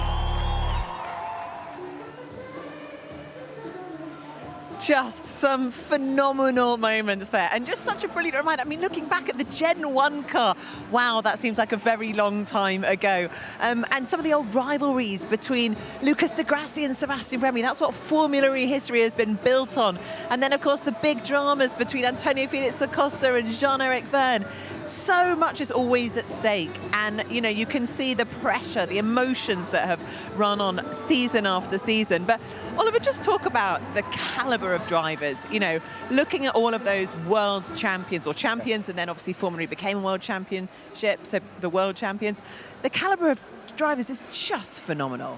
It is big, and there's not another series that I can think of in the world where the entire grid of drivers are all paid to be here. They're paid professionals. So just explain to us what that actually means, because for some people it's kind of a bonkers theory that, what do you mean? Of course you'd be paid to be here. No, look, but it doesn't always happen. Motor racing is extremely expensive. And a lot of times teams are put in situations where they need to have a driver that's bringing funding. But every single one of these teams are in the position to hire and pick, who they want to drive their cars. So there's a lot of drivers, myself, who didn't get the chance to come back here this year, but there's so many drivers that are looking to get into this championship. So just the level is so high, and that says a lot about Jake Dennis's championship this year. Each season in Formula E, the competition gets stiffer and stiffer. The technology in these cars is continuing to progress. I mean, we see it in the team's championship battle now.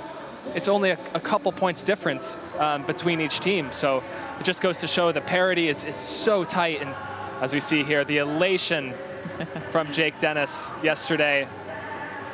Yeah, so there was a tip that Sir Chris Hoy gave Jake when they met, that, actually what you need to do is smile in front of your contenders, because then they don't know if you're feeling under pressure. But under obviously, pressure, yeah, right on cue. Yeah, thanks very much. Pressure. that was intentional. But yeah, the fact that Jake Dennis was smiling so much yesterday, I don't think he needed to put it on, did he? It just happened because of the result. Of course.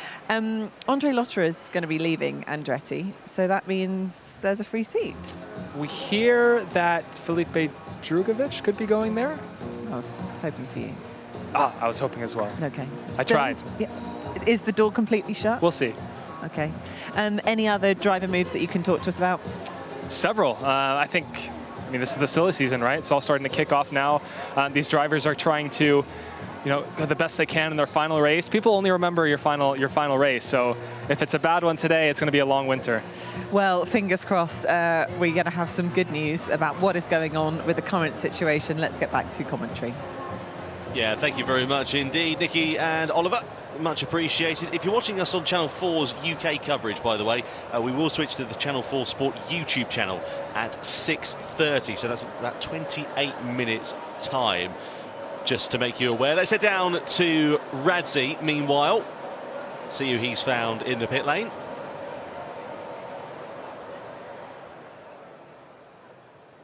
When you're watching around the world and you don't get to see an awful lot of racing, or perhaps you're in the London XL Arena and you're not getting to see the racing, what better to do than to speak to the brand new world champion, Jake Dennis, even though the racing isn't going as we'd like. How are you feeling, mate? Listen to this noise.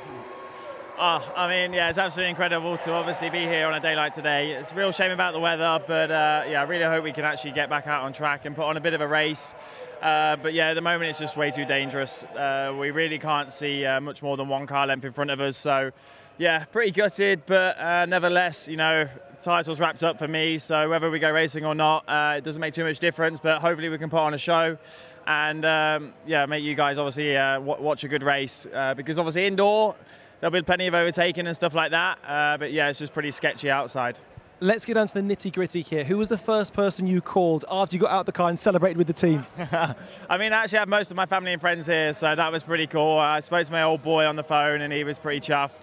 He was more stressed than I was by the sounds of it, but yeah, I mean, so many text messages, I barely got to any of them, and yeah, so much support. So much support, deserved support. Once more, London XL Arena, give it up for your brand new world champion, Jake Dennis.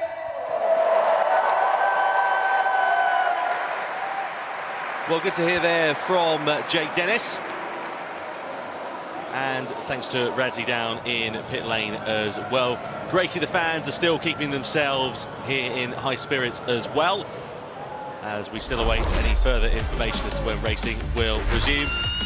This is Dennis's championship win. If you are leaving us on CBS at the moment, thank you so much for joining us. Really hope that you have enjoyed 2023 in Formula E. See you again soon.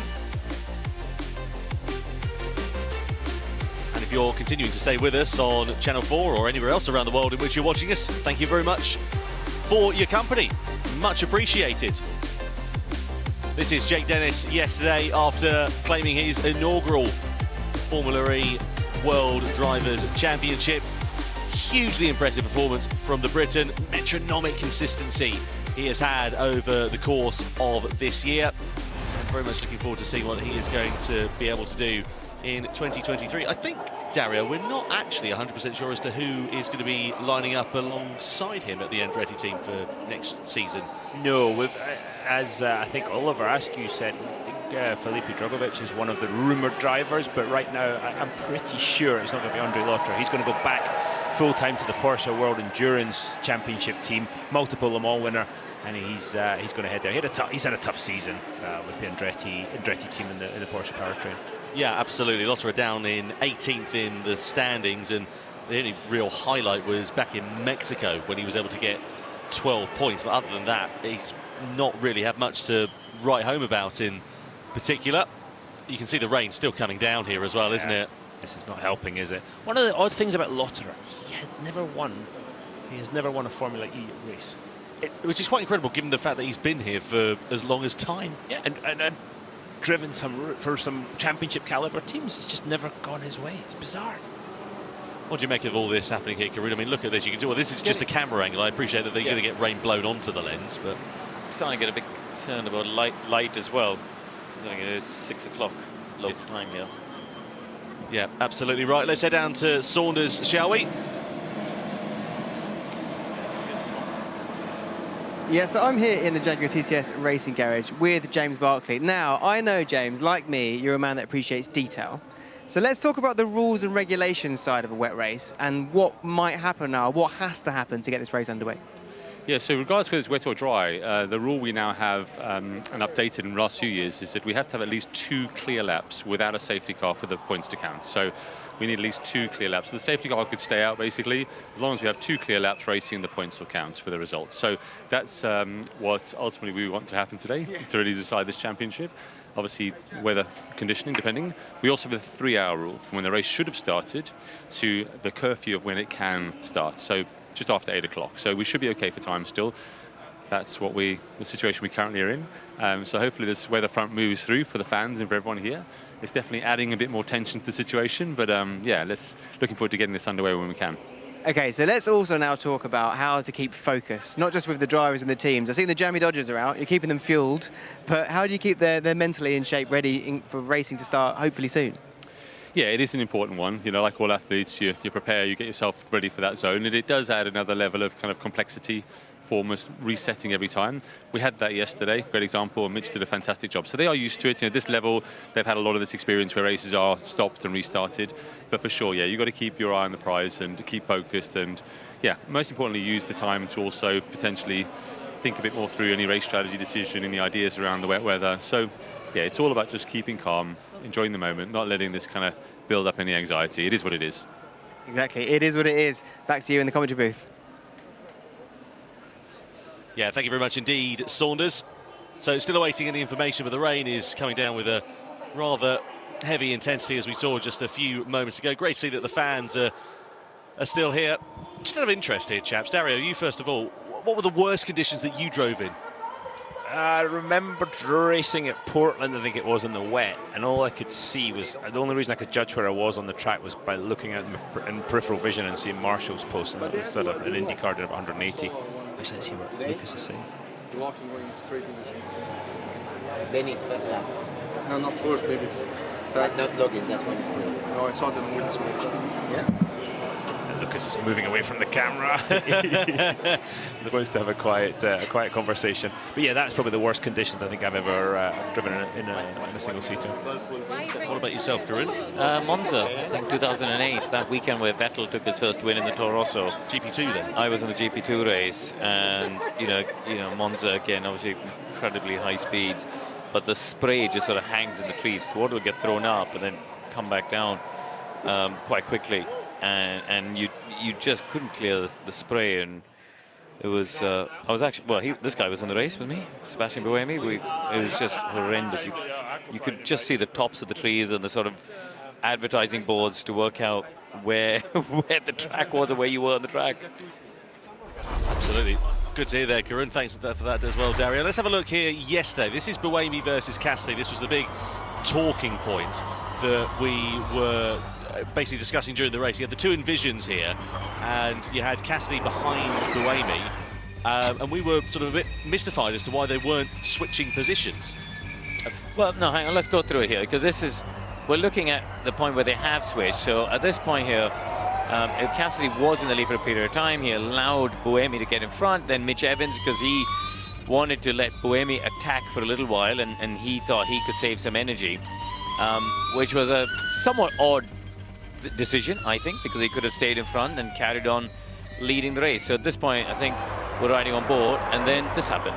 Yeah, this was the undoing of it. So side by side through turn 3 now, Buemi kind of comes across and clips, just that look, clip to front wing of Nick Cassidy. That was it, look, damage to front wing, gets caught underneath the car. Just watch the back right-hand side of the car on the left as it comes across.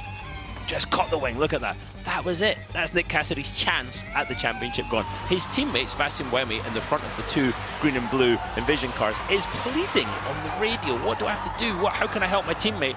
And then this happened. So really a tough day for the Envision team, and a badly managed situation by a team that normally does such a strong job. And the trouble was they were trying to overthink it and over-engineer a situation there where they should have just said, when Buemi came out of the last corner, they should have just said, let him by. It was really simple. You just need to say 3 words. Buemi would have moved aside, let Cassidy pass, and Cassidy would have ended up in front and cruised along. In the first part, why did Buemi go back past? Cassidy had taken both attack modes. He was leading the race, looking really, really strong. It's like, oh, everybody else is thinking, oh, this is done. This is done. He's going to get the points he needs. He's in the prime position. They overcomplicated it. Down to efficiency, wasn't it? Surely he was wanting to follow Buemi so that he could, do a bit of lifting and coasting. I think that's the point Dario was making. He could have won this race from the front, because it wasn't an energy-limited race yesterday. It's sort of track layout. They could have won it from the front. Absolutely. A quick weather update. It's looking better. It's stopped raining. Thank goodness for that. The sweepers are back out on track. Here we go. This will be good. A bit of standing water to be cleared. So 6 laps out of 34, as you can see, have been completed. Darren, I've never seen you so excited. I tell you what, I want to go racing. All these people at home, all these people in the grandstands that have stayed around to watch this race. It's going to be good. And we've done 5 laps behind, 6 laps behind the pace car. Hey, bit of mini golf. This will be good. Good. Is that a crocodile? How's your golf knowledge, Drew? Oh dear. God, I think my game's better than that. And I'm terrible. I've never done any golf commentary before. I mean, to be fair, Jake Hughes isn't using a putter that's akin to his height. Oh, don't you have to talk in a really soft voice? What was the man? I haven't got one of those. No, it doesn't work. It's all or nothing, really. We're going to see the fans are still keeping in good spirits. Just a reminder as well that it is the lack of visibility that's been preventing us from getting this one restarted, but it looks as though the worst of the weather has sort of blown through for now. The rain seems to have dissipated for the majority. Quick, get them in the car. And it's just down to the standing water. They've got to get the track safe, haven't they, obviously, and then we can hopefully get racing underway good and proper here. 29 laps still left on the counter, but as soon as I say the weather's disappearing, it then seems to be reappearing somewhat. It's not as heavy as it was earlier. It's only raining lightly. Come on, Tom. Be positive here. Crikey, if I'm the cheerleader, we're in trouble. Bit of optimism, hey?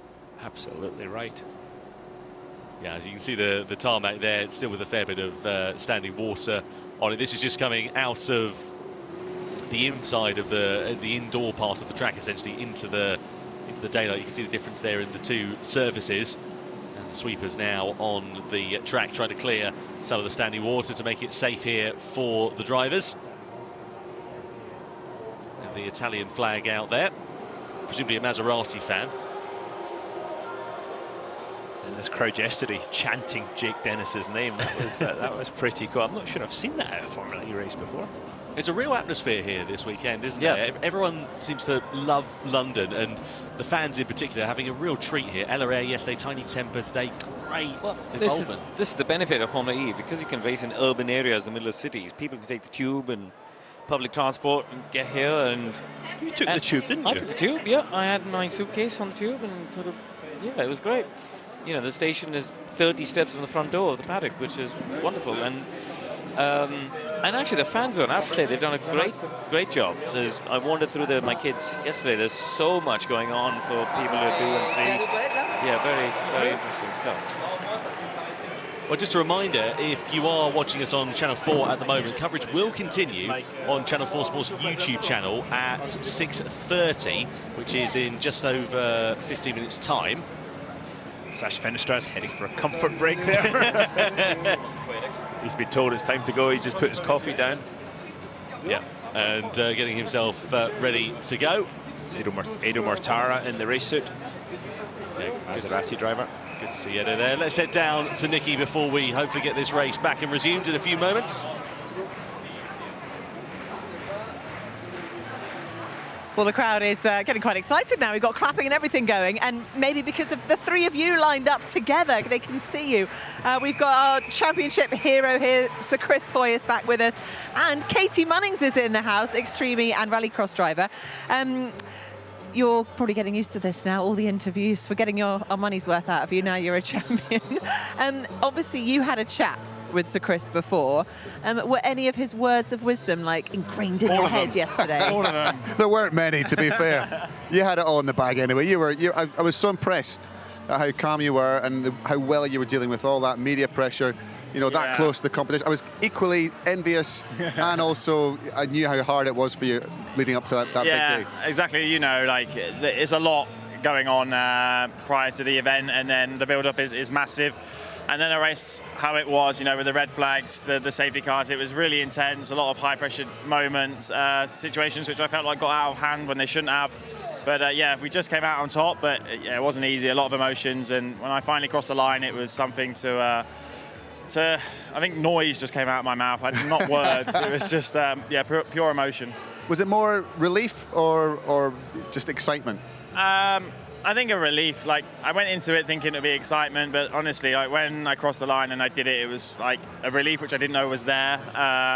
You know, we've had some really good seasons in Formula E. We've been like, yeah, one of the top drivers, but to get your first title is massive, and with the team I've done it with from the start, you know, we've grown and grown as one, and to share it with these guys is pretty special. Did you ever imagine that you'd be in this position now, where you didn't have any pressure, you could actually enjoy the whole spectacle, the whole experience, and not have to think about the individual driver's title? I know, yeah, like it's really rare you get to race at such a high level with no pressure on your shoulders. You know, Michael was like, just go have some fun, and you know, everyone was pushing that on me, and even though when it came down to it in qualifying, I was just, when I did my group stage lap and I got into the duels, I was absolutely pumped. Like, I didn't think I'd be bothered, but I still wanted it so bad. I still wanted to qualify at the front and take it to the Jaguars, and we did just that. But yeah, I mean, I was really looking forward to this race because I was like, I could be the guy to make those aggressive overtakes and not worry about anything. I had all that yesterday, all that drama, and yeah, I don't quite get the chance at the moment. Yeah, the drama is kind of continuing today, but hopefully you will get the chance very soon. We are told that the rain has stopped. Katie, now you're used to racing in a very different environment, proper off-road stuff. Talk to us about what capacity you're here today in, and yeah, how different your off-road racing experience must be to Jake's. Yeah, I'm here as a fan. So actually, I've only been to 2 Formula E races, and both of those Jake's won. So this is kind of normal, I think. Lucky charm. You're going to have to come to all the races next season, yeah, then, Katie. So I mean, it's sad to see the rain now, but yeah, I feel like I'd be more confident in the rain than I would be in the dry in this car. Honestly, that's going. You can have it for free. You've not got any tips you can give, Jake? You know, the transition from the grip to the lack of grip. Exactly what you do in Rallycross. Yeah, exactly. Well, you'll know. We were doing the same race last week, me and Chris. It's quite funny. Well, that's very kind of you. I was in a much lower category, but yeah, I was admiring your skills. So, Katie, what tips were you giving to Chris? Yeah, exactly. That's what I want to know. We have actually done a cycling race before. I don't know if you remember, but in Goodwood, we raced each other on the Goodwood Straight on bikes. She said that she beat you. I was retired, you know. A flag on my eye. I've got, you know, I pull a hamstring. Stop training, yeah. But Chris, you've actually done a bit in the Extreme E car before.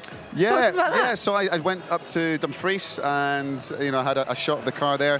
What a spectacular venue that was! And you guys had a great weekend as well, didn't you? Yeah, it was fantastic. Actually, the second day was complete torrential rain there when we were in Scotland. So, here we go. Right. Any tips, Katie? What do you reckon? What do you reckon to the? Oh, this is you driving the Extreme E car. Yeah.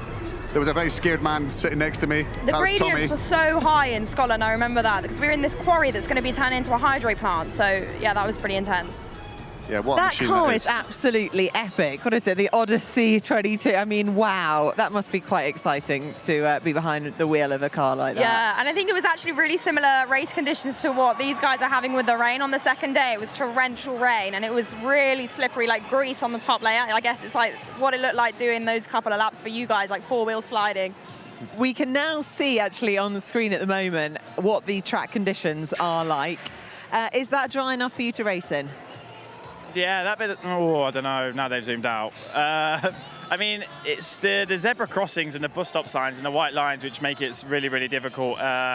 This part's not too bad, but yeah, it's just the visibility and the white lines which can catch you out at high speeds. But yeah, this section's not too bad because it's covered slightly. But I mean, I really hope we get out there. I really want to put on a race for everyone, and you know, the drivers are the first guys to say, "Look, come on, let's go." And it doesn't look too bad there, in all fairness. So hopefully we get going soon. Well, we're getting a nod from your team to say you've got to go and get back in the car. Amazing. So that is an excellent Good luck, sign. mate. All the best. Be on your way. There we are. Our new champion, Jake Dennis. What can he do today? That's the big question. There's no pressure on him, but obviously you kind of want to end your season on a high, right?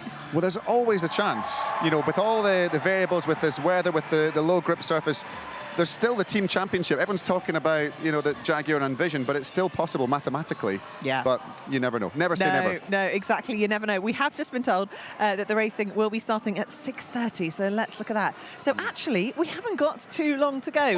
So they've got a few minutes to get themselves back in the zone. Having obviously just had a fairly relaxed conversation about all sorts of things, how are they suddenly race-focused in the next few minutes? Yeah, well, I think Katie's probably the person to answer that question. You know, how do you, because you race multiple times throughout the day, how do you switch on and switch off? Because you can't be focused for the whole duration of the 24 hours. Yeah, it's really draining, I think, adrenal-wise as well, when you're all pumped up to go and then you're relaxed and it's like, oh no, you need to get yourself back in that zone. They spend so long warming up before the race starts, and then it's really anticlimactic. So, I mean, these guys are very relaxed drivers. Don't forget Andre Lotter as well is a kind of endurance racer, so he's going to be used to hopping in and out of the car. So when he got out of the car a minute ago, he was so relaxed, chatting with his friends out the back, and I'm sure he's just going to jump back in, and then the adrenaline will hit when they see the lights go green, I'm sure. Yeah, absolutely. Well, fingers crossed. We will be bringing you some racing very, very soon. Our final race here in London, fingers crossed, is about to get underway. Yeah, thank you very much indeed, Nikki, and to Chris and Katie down there as well. Confirmation, the race will restart at 18:30 local time.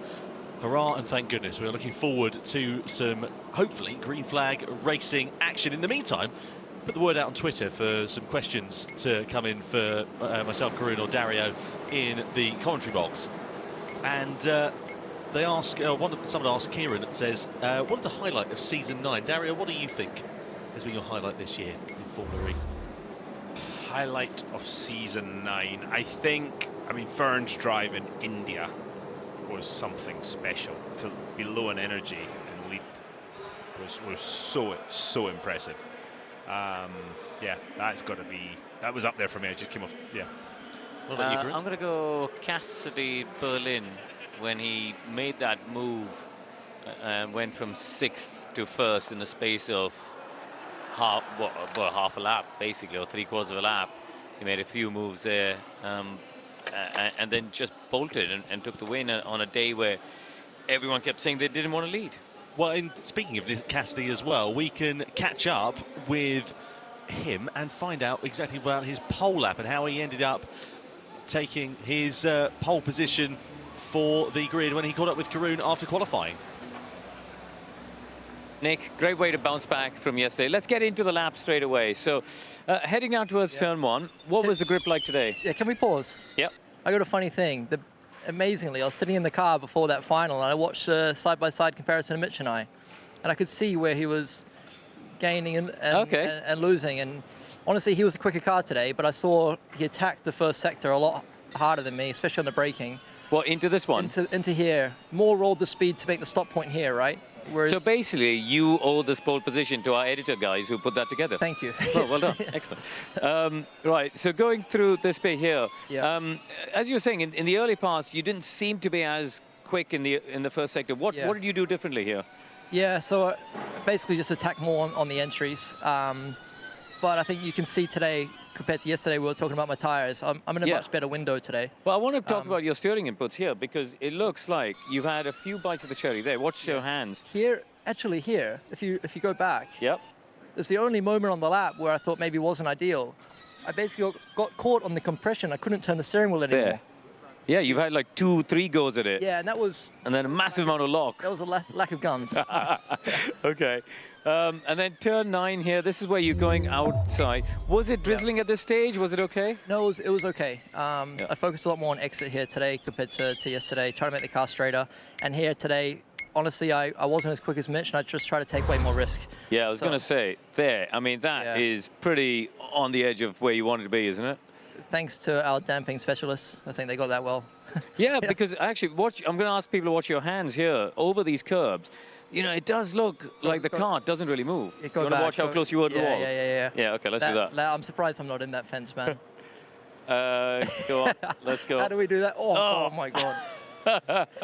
Well, let's zoom in. I mean, that is... Yeah, I think that I took massive risk. I gained a 10th.5 here compared to my other duels. Wow, okay. And then a 10th.5 at this next braking. And obviously you could see against yourself on the dashboard of your car, but for people at home to understand, you don't know what time Mitch is doing. You only know against your previous best lap. Yeah, exactly.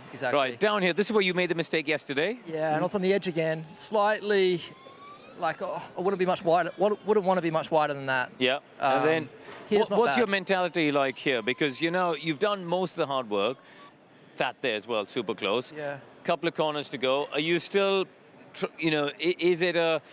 I want to just close the lap out, or is it what's your psychology To be like? honest, I was also missing a 10th to Mitch in 1920, so I knew that I had to improve on myself. Okay. Yeah, I braked later. I tried to go a bit straighter on the braking and then turn in later. Wow, look at the amount of steering lock there, though. Yeah, and just before that, I'm more on the nose. If you see the moment on the entry. Yeah, you had a bit of correction and then wind the lock on. Yeah. And you get onto the surface, right? So as soon as you get there, it turns. Yeah, but then last corner, good traction, good drive up to the line. Were you happy with that? Honestly, I was. I don't think we were the car for pole today. I think Mitch was. Yeah. I think we were yesterday. I didn't put it together, and maybe he was that today. So it's nice to have those battles, right? Did you sleep all right after yesterday? Because it was a tough blow to take, I imagine. I woke up at 2 a.m. I thought it was a nightmare, and it wasn't. All right, mate, listen. You got one last chance to put a smile on your face. Good luck for today. Thanks so much, man. Cheers. Well, that was Corinne Chandok catching up with Nick Cassidy, our pole sitter, earlier on after qualifying. Just a reminder, we will go off Channel 4 at 6:30, so just in about 3 minutes or so's time. You can continue watching coverage of round 16 of Formula E, though, on Channel 4 Sports YouTube channel, Eurosport 2, and on Discovery Plus as well. And we're only a few minutes away until we get this race restarted. We'll be back behind the safety car as it was earlier on. The order will be exactly the same as they lined up on the grid at the first running of this race, because we've only been completing laps behind the safety car at this point, which will be Nick Cassidy on pole position, followed by Mitch Evans, then Norman Nato, Jake Dennis, Stoffel Van Dorn, Sam Bird, Sebastian Buemi, Nico Muller, Dan Ticktum, and then Pascal Wehrlein completing the top 10. So just a couple of moments left to go until we're ready to go. So, drivers then, full of anticipation. With a bit of luck here, Dario, we might actually get some racing laps underway. That'd be nice, wouldn't it? But if it does, it's going to be fairly treacherous still. And again, there's just every surface, every corner is a new adventure. And the first time you go flat out down that ramp, and from turn 5 down to 6, that's going to be pretty interesting. And trying to stop at the bottom of that steep ramp where the water collects. Control. Let's please start having cars move into the fast lane behind the safety car. Please have cars start moving into the fast lane behind the safety car. I'm aware that it is complicated because of other cars lining up in front of your garage, but we'll make it work. Again, pit exit will go green at 30. So, voice of Scott Elkins there, the race director over at Race Control. Yeah, Mitch Evans still favouring the sort of the tinted visor, not the rain visor, not the double glazed anti-fog visor. So maybe the light inside inside the XL is sort of upsetting him a little bit. So he wanted to do the medium smoke visor. Yeah, I can imagine that it'll be quite jarring going from outside to inside, especially as it's going to get a little bit darker here in terms of the outside light as well. Just a reminder, of course, that you can continue joining us on Channel 4's YouTube channel, Eurosport 2, and on Discovery Plus as we continue coverage of round 16.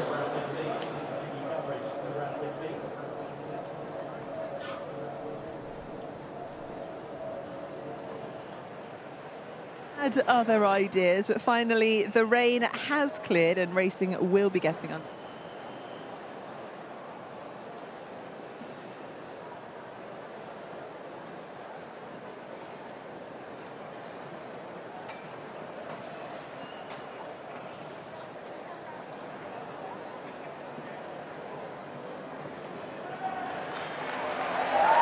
So safety car has been deployed as racing then resumes at 6:30 p.m. local time here in London, to the applause of the crowd. We finally have cars back out on track. 2 laps after behind the safety car. 2 delay. laps behind the safety car. Sorry for talking over Scott Elkins there, race director. 2 laps then behind the safety car in these conditions, and then with a bit of luck we'll find out exactly what is going to be happening in terms of whether we're going to standing start or whether we're going to get a rolling start. The general consensus is that we will be going for a standing start, I would imagine, because that's where we've been so far up until this point. I feel like we should give the spectators a round of applause for sitting there for the last 90 minutes waiting for this to happen. Yeah, I think we should get a standing start now, shouldn't we, really? Yeah, I think the indoor part is fine. It's just when they transition to turn 4 and 5 and they have to be single file, then it gets a bit punchy. That's going to be tricky. I mean, that's going to be tricky, whatever the... Yeah, okay. Let them have at it, absolutely. We're sitting in the commentary booth, we'll be okay. Just looking at the standing water there offline going in towards turn 10. We saw Nick Cassidy last year here. He was a brave man going up the inside. I think he'll be thinking better of that for the foreseeable future, at least. Well, hopefully he's seen it, because with the amount of spray that they're basically going through, he might not be able to have actually seen the puddle there. If he does drive through it, you'll certainly feel it more than he'll see it, I would say. You feel the steering tug as you go through those deep puddles, and then you get, as we talked about earlier, that horrible aquaplaning feeling as the puddle becomes deeper than the tread of the tyre. So drivers then coming through in towards the final corner at the completion of lap number 6. All laps have been completed behind the safety car at this point. One more lap to go, and then with a bit of luck we will be getting racing back underway here ahead of round 16 as the drivers make their way through the first few corners.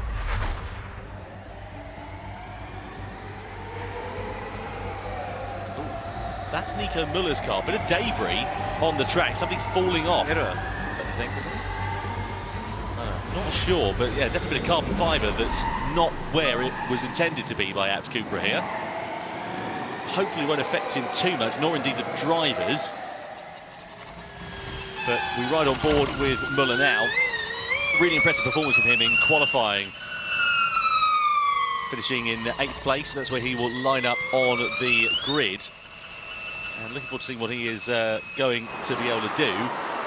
Just in terms of that, it's his best quality actually since Berlin.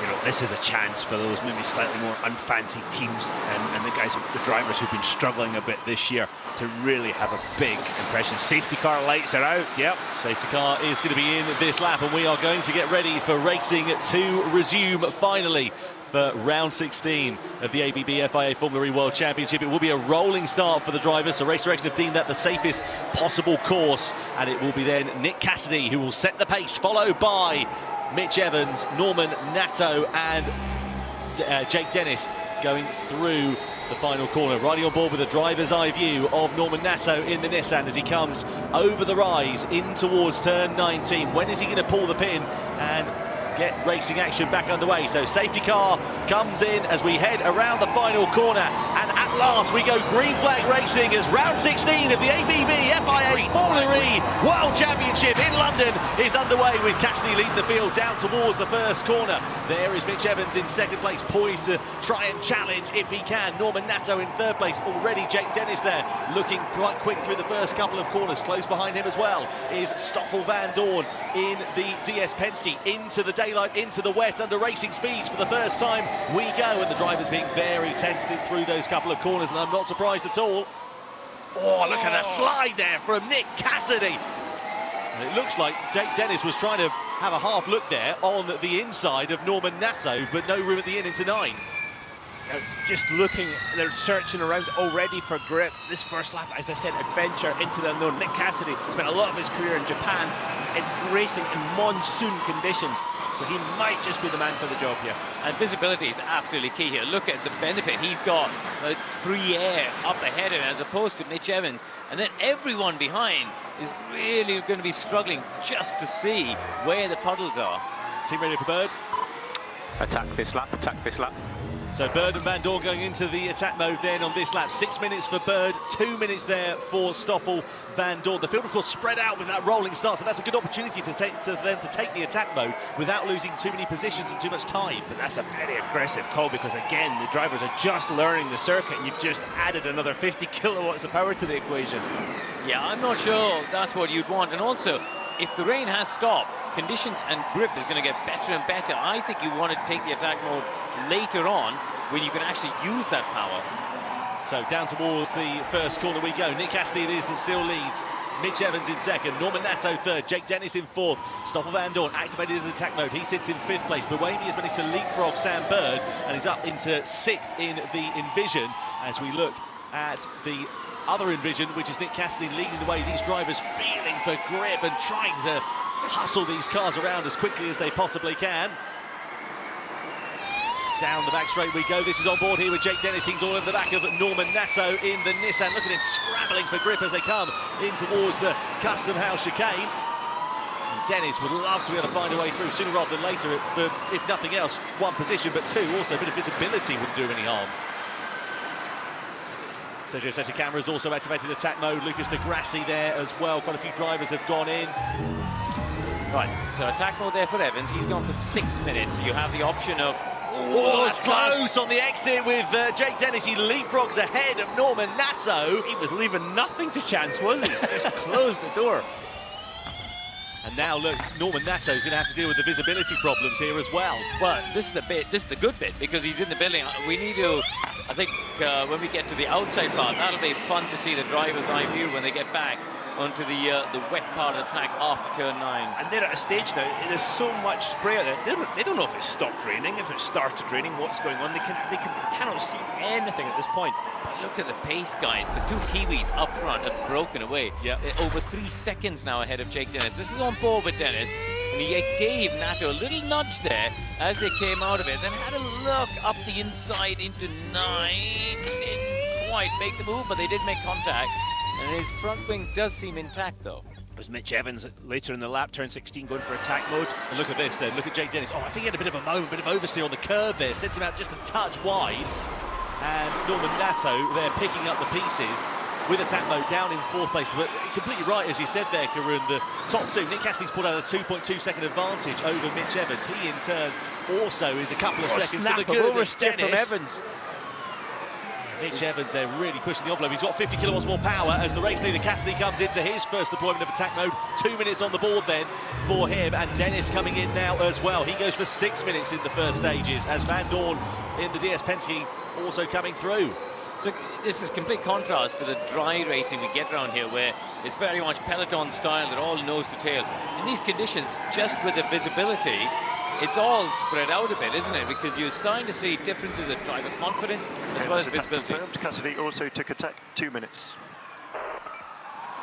So just confirmation there of the attack mode for Jake Dennis, but it is Cassidy that leads then Mitch Evans, Jake Dennis, Norman Nato, Stoffel Van Dorn, Sam Bird, Sebastian Buemi, Nico Müller, Pascal Verline and Dan Ticktum in the top 10. Pretty much all of the drivers, bar a few, have activated their first deployment of attack mode. You can see just how close it is further down the order here as well. Nose tail running in the lower echelons here of this race, but the top two stomping away with things. 4 seconds they now have over Jake Dennis. In the team's championship battle, 1/3 distance, Envision have got the car in the lead with this guy Nick Cassidy, Buemi down in 7th. They are in the pound seat at the moment. So looking at them going through the Custom chicane, the visibility on the cameras there, not ideal. I'm sure the drivers will have a little bit more team radio here for Cassidy. 0.5 more than Mitch, 0.5 more. They're not going to have a problem with energy here, are they? I wouldn't have thought so, with the laps behind the safety car and as little as you're on full throttle in these crazy conditions. Yeah, I wouldn't think energy would be an issue. Yeah, they're going 10 seconds a lap slower than they did yesterday in the drive, so Norman that's just Nato, a sign. Sorry, conditions. Straight back to attack mode as well, so he's now taken both. Yeah, he's emerged ahead of Stoffel Van Dorn there. The Nissan sitting in 4th place. His announced teammate Sacha Fenestraz mired down in 17th position. Another fastest lap coming in for Nick Cassidy, the race leader, a 1:25.806. Just compare that to the qualifying times that we had earlier on here today. We're about, what, 17 seconds a lap slower than we were here in the dry conditions this afternoon. There's your energy figures on the tree on the left-hand side of Venice, using a bit more than everybody else at this point. Yeah, this is this is Nick Cassidy, I should say, going through that chicane super slow-mo. You can just see how much standing water is being kicked up and then put back into the sky, effectively, and it really is difficult for the drivers to make their way through, especially for Mitch Evans there, trying to follow as closely as he can with Nick Cassidy. I'm so impressed with the job these drivers have done, keeping the cars on the island, keeping the cars between the walls, because there's no margin for error in this. Teams Championship as well, it would go the way of Envision Racing if the checker flag was thrown now. They would have a 7-point advantage over Jaguar in second. Avalanche Andretti would get the better of Tag Heuer Porsche as things stand for now. The two Porsche drivers, you've got Pascal Wehrlein in 9th, but Antonio Felix da Costa standing in 19th place. So it's not going Porsche's way at the moment. Team Radio. Copy, 1% down on NATO, 1% down on Mitch, 3% down on Cassidy. Dennis has got to start saving a bit of energy, possibly, but I think this is where the engineers need to be careful with the information they provide the drivers here, because, yeah, they might be down relative to the opposition, but in absolute terms, they might be able to go. Where it gets tricky is the safety car laps in Formula E. There is at the discretion of the race director, they can add some extra laps. You don't actually know how many laps may be added yet. I understand there will be some added laps from that first safety car period. Here we go with Jean-Eric Vergne, looking like he's going to attack on René Rast up in towards turn 1. Wasn't quite able to make that move stick, I don't think. Meanwhile, this is Dan Tickton, who's down in 11th place. So it's not been a particularly fortuitous start for the British driver, because he was in 9th on the grid. He's dropped down a couple of places. He has activated attack mode, whereas Wehrlein in front has not. Mortara, though, directly in front of him, has done so. Rast is creating a bit of a traffic jam in 12th position. I'm a little surprised, actually, Antonio Felix da Costa 19th, started 20th. I thought he'd make much quicker progress in that in the Porsche. And also, if you look back to Berlin, the only previous wet running we've had, the app cars were incredibly quick, and they haven't really come through as much as I would have expected them to. I mean, Muller's hanging on to 7th place, doing a good job. Dan Tickton being very calm and sedate. Yeah, they snap him oversteer at about 120 miles an hour. Oh, hello a minute. There we go. More attack modes being activated. That's Sam Bird. So he goes into the attack mode for his second deployment then in this race. And emerges behind Stoffel Van Dorn ahead of Nico Müller. He's kind of caught up in a little bit of traffic here. Meanwhile, this is Enno Mortara versus Dan Tickton. We ride on board with Tickton. He'd love to get another points finish on the board for the Neo Racing team in front of his home crowd here in London for the British driver as well. You hear it spinning, you hear it spinning the rear tyres up. That's so unusual in the heavy grip surface that we have here. So maybe the Neo just doesn't have the systems that control the wheel spin quite as much as maybe some of the cars do, and that would be a bigger problem around the rest of the lap. When is Mortara out of attack? He's now out of attack and he's got a window, so he could go again. So just asking for an update there on Enno Mortara directly in front of him, saying that he is likely to go again. Oh, look at that slide from Enno Mortara. Here's an opportunity for Tickton. Down the inside into turn 9. Tickton goes through and up into the top 10, into the points. Then for the first time in this race for the British driver here in London. Great move. Saw the opportunity there, put himself in a position where Mortara couldn't turn in on him. Talk us through this one, Karun. Yeah. You see, Mortara struggling for traction there. Couldn't put the power down coming out of that turn 8 kink. And then Tickton saw the opportunity and just gave Mortara no chance to close the door. Made sure he covered off the inside. Gave him room on the left-hand side. Didn't squeeze him out to the wall. Nice, clean, fair drive from both drivers there. And while that was going on, Mitch Evans in the Jaguar just took his second attack mode. Yeah, so gone for his second deployment then. So he now has done his 2 activations. Cassidy's just gone, isn't he? About to say, 3.5 seconds he's disappeared up the road, and Evans in turn 5.5 seconds to Dennis. But Evans just lost 1.3 seconds in the last sector taking attack mode, didn't he, as well? So that's to be expected. Let's see if he can close the gap now with the extra attack mode. Yeah, of course, 50 kilowatts more power in attack mode. If you're new to Formula E, first of all, welcome along. It's not normally as chaotic as this, although the last few rounds have proven to be, and we thank you for sticking with us throughout the red flags, and we're so grateful to have green flag action now back underway. But Mitch Evans with 50 kilowatts more usable power underneath him as Jake Dennis threads the Iver Needle through turn 12 and 13 here and onto the straight.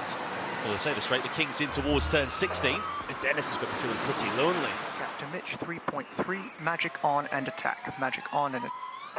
So Cassidy into attack mode then. He's activated his second deployment. Jake Dennis also following suit in third as well. So the top three all in activated their second attack modes in this race. Very early on to have done this. Look at Norman Nato fighting the car, and this is on the drier parts of the track here on the inside. But of course, some of that water's being almost dragged onto the inside parts of the circuit here. Yeah, to finish, my Jake Dennis thought he's 5.6 seconds behind Mitch Evans, and he's 4.1 seconds ahead of Norman Nato, so he's definitely on his own. But yeah, you see, as you say, the water getting dragged indoors as well, making that turn 19 a little bit more slippery. And they've got to cross the door. And we see some action. Yeah, we do. This is just behind Sasha Fenestraz. So Lucas de Grassi, Antonio Felix da Costa. Yeah, and Robin Freint's in the mix here as well. Andre Lotterer, he's really not having a good weekend so far, down in 19th place in what could potentially be the Germans' final Formula E race.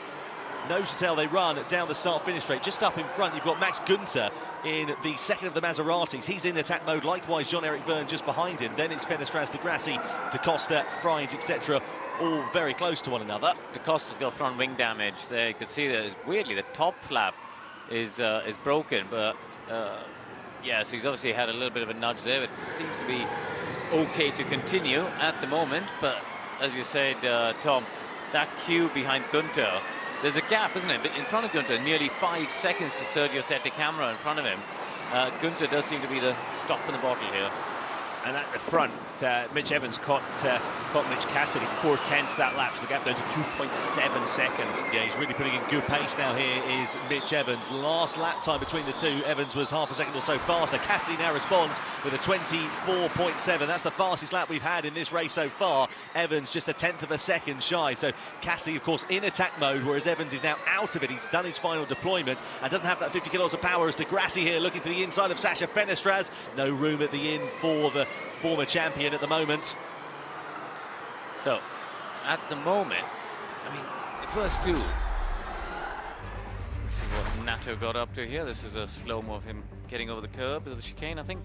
But yeah, no, the first two, just, you know, often we talk about energy and energy management and efficiency, but I think today it's about confidence. It's about those two drivers having the confidence to attack and really edge away. They're taking 7, 8 tenths away from Jake Dennis, you know, the guy who got crowned champion yesterday. This is not somebody who doesn't know how to drive. It's really, I think, impressive that both Cassidy and Evans have got that confidence to attack at the moment. And just to play devil's advocate, how much of that is to do with the Jaguar powertrain that Nick Cassidy's got in his Envision, and obviously Mitch Evans has in his Jaguar, and Jake Dennis having the Porsche powertrain in Andretti? I think that's a fair point, but then we're not seeing Bird and Boemi make progress. So, you know, they're still sort of sitting there in the back. It's queue of cars.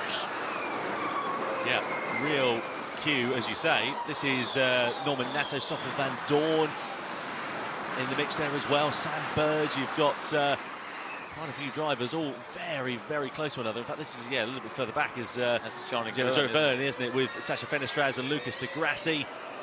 All just nose to tail with one another, and you get the feeling that once they're able to get past one, that it might end up being a bit of a domino effect here. Looks like Vergne's holding this queue up, doesn't it? Oh, there we go. Up the inside goes Sasha Fenestraz at 19. He runs a bit hot, though. He's going to have the inside line into the left-hander, and he manages to make that move stick. It's a little bit clumsy and a bit clunky, but he is able to get ahead of the former double champion. Is Vergne going to be able to retaliate down into the first corner? Not quite through into there. Does de Grassi sniff an opportunity potentially in the Mahindra here as well? De Grassi's going to be loving this, actually overtaking some cars. This is where he's at his best in the wheel-to-wheel action and really top-notch racecraft. Tictum's got ahead of Wehrlein, by the way, so he's up into 9th place. And you remember on the grid he was saying wants to get 9th place to move his team up 1 place in the team's championship. Well, he's there at the moment. Oh, Vergne scoring no big points. bit of opposite lock there. Sorry to cut in front of you, Karun. That's going to allow an opportunity here for De Grassi and possibly on the inside as well. We're going to see Antonio Felix da Costa getting his elbows out as they go side by side down the back straight in towards turn 10. On board we ride here with De Grassi. Just about manages to hold into there for now. In fact, I think Da Costa's lost out here to Robin Freins in all of that. Trio of champions fighting over 16th place, and you'd think they're fighting over the win here. That shows you the depth of talent, doesn't it, in the championship? Really incredible. Mitch Cassidy already crossed the finish line to start another lap, and another fastest lap for Nick Cassidy. Yeah, 1 minute left of his attack mode available. Let's have a look and see if we can piece together here what happened with Jean-Eric Vergne. It's going to be a big snap of oversteer coming into the daylight. I think contact, wasn't there? But with De Grassi, Da Costa sniffing an opportunity here and looking to the inside line. I thought he'd lost out to Robin Freins very briefly there as well, but Freins just had box off his seat watching what was unfolding in front of him. Cassidy's got attack mode again, so he's done his... I think all of the drivers, apart from Vergne, done it. Copy. Anything we can do on braking. We just need to do clean laps, best we can, survive. So yeah, clean laps and survive. 7.2 seconds the advantage that Mitch Evans has now over Jake Dennis in third place. The standing water, the spray, still very much a point of contention for the drivers, but I'm amazed that 22 have started this race and we haven't really seen, fingers crossed and touch wood, too many incidents out on track. Just goes to show the level of these drivers and how they are able to adapt to such conditions. Jean-Eric Vergne was holding a few cars up. He's now been dropped down to 18th place. Next man who will be attacking him is Robin Freins. Another fastest lap, meanwhile, for Nick Cassidy out in front of this one here, Dario. I hate to say it, but they're all playing really nicely right now, aren't they? Yeah. That might change in a second, but yeah, this has been a big surprise to me so far that they've not been leaning on each other a little bit more. And that's an extra point for Envision the Teams Championship, so that's why they're pushing on for fastest lap on board here with De Grassi. This is coming through turns 4 and 5. Jean-Eric Vergne in front of him, and there another little love tap as we see them squirming their way down the hill. There's this dip at the bottom, which is tricky, and then this is where again Vergne started to slide. Yeah, but he was helped by Lucas again. I mean, that's been Lucas's modus operandi in Formula E, just pushing on a little bit, especially in these low grip conditions. It just takes a small nudge, doesn't it? Great NASCAR drive, only with the bump drafting that he does. Exactly, the bump and run, absolutely. Oh, look at that, he was fighting for control coming down the hill into the left, then he wiggles it into the right. Let's have a look at this driver's eye point of view. Yeah, just a big old slide there. Bit of contact with De Grassi, and then up the inside of De Grassi came Da Costa as he was trying to pick his pocket. Lotterer, meanwhile, down in 21st place. It's not going the way of Andre Lotterer. Here is Pascal Vergne, meanwhile, in 10th place. Last driver active in attack mode for now, so pretty much all of them, bar René Rast and Sacha Fenestraz, have done their 2 attack mode deployments that they must do in this race. And it's Nick Cassidy with a 3-second lead out in front from Mitch Evans. Here is Edo Mortara, Maserati on the podium a couple of weeks ago in Rome. Both of them now outside the points here in London. Down the start-finish straight we go to start lap 21 out of 34. Tictum's driving the race here. He's got himself onto the back of Muller. Yeah, good job there. Yeah, Nick Cassidy then leads the way. Mitch Evans in second place, some near 3 seconds adrift of the Kiwi. Then you've got Jake Dennis a bit further back in third position at the moment. Norman Nato holding on to a good 4th place in that Nissan, just ahead of reigning champion Stoffel Vandoorne. This will actually be one of Stoff's better results of 2023. That DS Penske has not had particularly much pace over the course of this year. Sam Bird in 6th place, just ahead of Buemi. Then you've got Nico Muller, Dan Ticktum, Pascal Vergne in 10th place, leading Porsche's charge at the moment. Ahead of Mortara, René Rast, then Sergio Sette Camara, Max Günther, Fenestraz, De Grassi, Antonio Felix da Costa, Robin Freins, Jean-Eric Vergne, Jake Hughes, Roberto Meri, and then Andre Lotterer now down into 22nd and last place, not going the way for the German driver. Riding on board here we are, meanwhile, with Jean-Eric Vergne. How the tables turn for a double champion in Formula E. A year or so ago he was fighting for victory. Now he's fighting for the top 20 places here. And this is what it would mean for the Live Teams Championships, as you can see. Pace is ramping up, Sector 2 in particular. So yeah, the lap times now down into the 123s. If you bear in mind they started in the 127s, it's an indication of the conditions just getting better and better as this race unfolds. Di Grassi versus Vergne. Is this their latest little bump drafting moment? Down into 9. Oh no, he's actually gone for the lunge into 9 and made it stick. Yes. Nice move. It's about as clean as you get into turn 9. That it's a tricky corner to make an overtake, but Di Grassi there seizing the opportunity when it was presented up the inside. Look at Da Costa going through as well. Vergne's got a problem. He's coming to the pits. Sorry, Tom. Oh, you're absolutely right. right. He's actually dropped out here. So yeah, he's dropping down the order, isn't he? Yeah. So look at sorry, Jake Hughes there went up the inside and picked the pocket of Andre Lotterer into turn 10 as well. So clearly some kind of an issue, which is what has caused Jean-Eric Vergne's drop in pace over this one, and unfortunately for the final race of the season, it will be a DNF. Just another look at the energy. Nick Cassidy still with 49%. That's 3% more than Mitch Evans, 2% more than Dennis and Nato as well. He's leading the race, and he's leading it with good pace and a good amount of energy remaining here. Vergne's back out on circuit. But yeah, this is the energy is one thing. It's absolutely flat out race, and I think it shows who's got the confidence, who's using, who's getting on the throttle, who's be able to carry momentum through these corners. I understand a tyre change for Jean-Eric Vergne. That's why he came into pit lane. Trying to work that one out myself, but clearly not happy with the Hankooks underneath. Maybe he had a puncture that they detected. They've got tyre pressure sensors, that monitor the car. You could have picked up some debris and a puncture or something. We'll see. Let's have a look, see whether this gives us a bit of help. Yeah, just one tyre, wasn't it? So they must have had an issue with that rear left. Team radio as well. You're still in the lead lap, you're still on the lead laps. It was too tight to change the front to stay in the lead laps. We've changed the rears to learn something in the rear grip. Oh, right. Look what it would mean for the driver's point standings here as well. It'd be Cassidy up into second, Evans down into third. The checkered flag was thrown now. Still 12 laps remaining in this one. Plus then, of course, what we're going to have with the added laps, presumably, following the safety car periods earlier on here. Nick Cassidy leading the way quite commandingly, 2.5 seconds ahead of Mitch Evans for now. You've got to say, Mitch Evans is trading in blow for blow in fastest laps. Evans 4/10 quicker that last lap. Cassidy coming to the finish line now, 23.1, another fastest lap. So these two, they're really in a class of their own.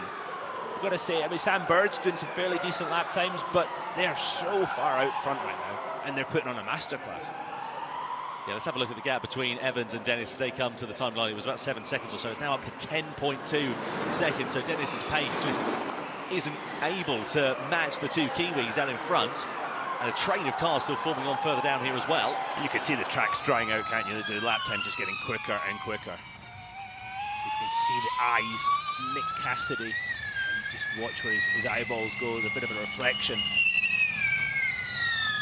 Yeah, no real opportunity to see through there, but precision driving under a lot of pressure in these conditions. What's it like when you've got a track that's constantly evolving? It's drying out like this. Hang on a minute.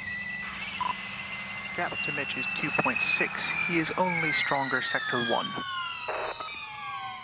It's a bit of team radio there for Nick Cassidy, just saying that Mitch Evans only stronger in the first sector, which will give a bit of encouragement to Nick Cassidy here. This is a great drive from Nick. He's taken pole, fastest lap at the moment, in the lead. On a day where, his opportunity to become world champion was taken away. He admitted to us in that bit at the pad, didn't he, that he didn't sleep well last night. He's still, carrying the baggage of yesterday. And for him to have mentally bounced back, I think is super impressive. Yeah, absolutely. And in this type of condition, Welker, in every twitch of the car, you've got to know what is a terminal twitch. You've got to carry as much speed as possible. You've got to feel everything that car is doing, feel every ounce of grip available to you. Well, Damon Hill gave me the best description when he was doing this talk to explain to people what it's like driving these conditions, which is, when in school you're sort of rocking your chair. It's been a while. On the less for me, a decade. But when you're rocking on the back legs of your chair, which you're not supposed to be doing, you almost feel like you're about to fall over backwards. Imagine that at every corner of an entire race distance, and that's what's genius. You have Jeb 4 seconds ahead. He will get blue flags if you catch him. Blue flags meaning he has to get out of the way and yield position to the leading car. Yeah, Jean-Eric Vergne still on the lead lap, but not for very long. Interestingly, the fastest man last time around was Antonio Felix da Costa, down in 17th place. So he's clearly got a good amount of pace underneath him, but he's just not had the fortune in this race to be able to use it. But really good analogy there about the rocking backwards and forwards. I mean, I did that in commentary, and it was only a matter of time before I end up falling back a bit. And that sort of, feeling of got away with it, that's why you feel it. Speaking of you're on that edge. Got away with it. Mitch Evans caused half a second that lap on Nick Cassidy, so he's just trying to put every bit of pressure that he possibly can on his fellow Kiwi ahead, because this is the team's championship, and as it runs right now, the Envision customer team of Jaguar is beating the factory team. Similar story with Andretti being a customer team of Porsche beating the factory team. You can see the graphic here on your screen at the moment. That's when it goes blue, that's the regen that they are going to be generating. And then you can see on the power there as well when they are accelerating. Nick Cassidy with a 2.2 second advantage over Mitch Evans, but it's certainly coming down. Meanwhile, cross back to that in a few moments' time, because look at this as we ride on board with Sam Bird. He's right behind the other Envision of Sebastian Buemi coming through the first sector as they go down in towards turn 8. We've seen a few moves being made here so far in this race. No way through for Bird at the moment, but keeping the pressure onto the back of the Swiss driver. Yeah, just look at the lights on the steering wheel there. Ooh. Okay, head down, try and get it back. Yeah, watch the lights that flash. That tells you when the sort of, they don't call it traction control, but say power management, torque management software kicks in to try and just give him the ability to put the power down and accelerate. And the lights that flash indicate when that's in use, and also under braking you'll see the lights flashing to tell him if he's locking up a wheel. Fair train of cars now forming behind in the wake of Buemi here, including the likes of Sam Bird, Nico Muller, Dan Tickton, Pascal Vergne, etc. All pretty close to the back of this. Look at them, the train of cars as they come through the final corner. There's only, 7 laps now remaining. In terms of the gap between the top two, still sits at just 2.5 seconds, but quicker last time around was Mitch Evans, so pretty even Stevens out in front. Remaining energy, Cassidy with a couple of percent more than Evans. Of course, we still have to remember that there will be some laps in theory added at the end of this one. No confirmation as to how many they will be, but that's what we're expecting at the moment. So dropping down here into this compression, watch Bird slightly wide of the apex as he comes now towards turn 9. Really important to get a good exit here and see if you can get a run down the chicane. It just looks like Sam cannot get the Jaguar rotated at the apexes of those corners, and he's losing out because of it. He's waiting for the front that keeps sliding, and he's waiting for that to then accelerate onto the throttle once the front starts to slide. Let's have a look at Buemi's move here on Sam Bird. So Bird with the slide out of the final corner, going for a defensive line down in towards turn 1. Buemi's going to appear shortly on the right-hand side. There he is, later on the brakes. Watch what happens, Tom, though. He holds him on the outside. Aye, but he's done it already. Normally they would last a bit longer, but outside of 1, inside of 2. Yeah, beautiful switchback manoeuvre there. Blocks any attempt for Bird to try and attack. Yeah, Bird just didn't get a good exit, but he also seemed to coast earlier. He seemed to come off the gas a lot earlier than I would have expected in these conditions. Maybe went too far to the left, too far defensive, too tight a line, and opened the door for Buemi here. So Buemi's broken away though. Look at the gap. Yes, yeah. He's it's already 1.2 seconds now. So Bird is struggling for pace relative to the Envision car, and this has put Envision now in an even better position in the championship, as we could see on the graphic at the bottom of the screen. Yeah, exactly. Envision would be in the pound seat, and they would be crowned as the team's champions of 2023 as it stands. So it goes from being a Buemi train now to a Bird train. He's closely followed by Nico Muller, Dan Tickton and Pascal Vergne.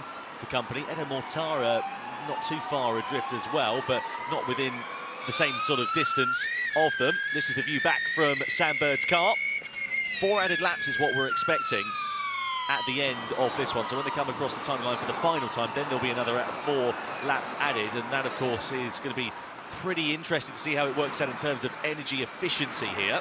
Yeah, and those laps are added because we had the safety car period earlier on, and that's something that happens informally. They do a calculation to work out based on how many safety car laps were done, and then an extra bunch of laps are added at the end. Another fastest lap here from Mitch Evans, 1:22.5, couple of tenths of a second ahead of Nick Cassidy. Now the gap comes down to just under 2 seconds.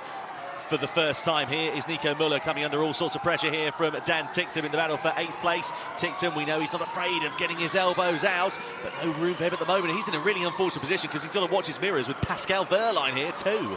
Yeah, the best way to fix that is to get past the car in front, isn't it? And Tickton, as you said, he's not afraid. He's not afraid of much, is he, Dan Tickton? Maximum attack. Yeah, I think Vergne's biding his time a little bit here, isn't he? He's not really had a go. He's not poked his nose down there. Tictum looks the more feisty of the drivers in that little group. So we'll see. Van Dorn has got a bit of breathing room now ahead of Buemi and Burt. But here comes Tictum down the inside into 9. Oh, he's trying, isn't he? Muller there, holding firm on the exit of the corner. Watch Vergne, watch, he's going to have a much better exit as they head down towards the chicane. Yeah, this is going to be interesting to see whether Vergne can launch an attack on the Neo. No room at the in towards turns 10 and 11 for now, so they enter the corner in the same position, exit the corner in the same position as they enter.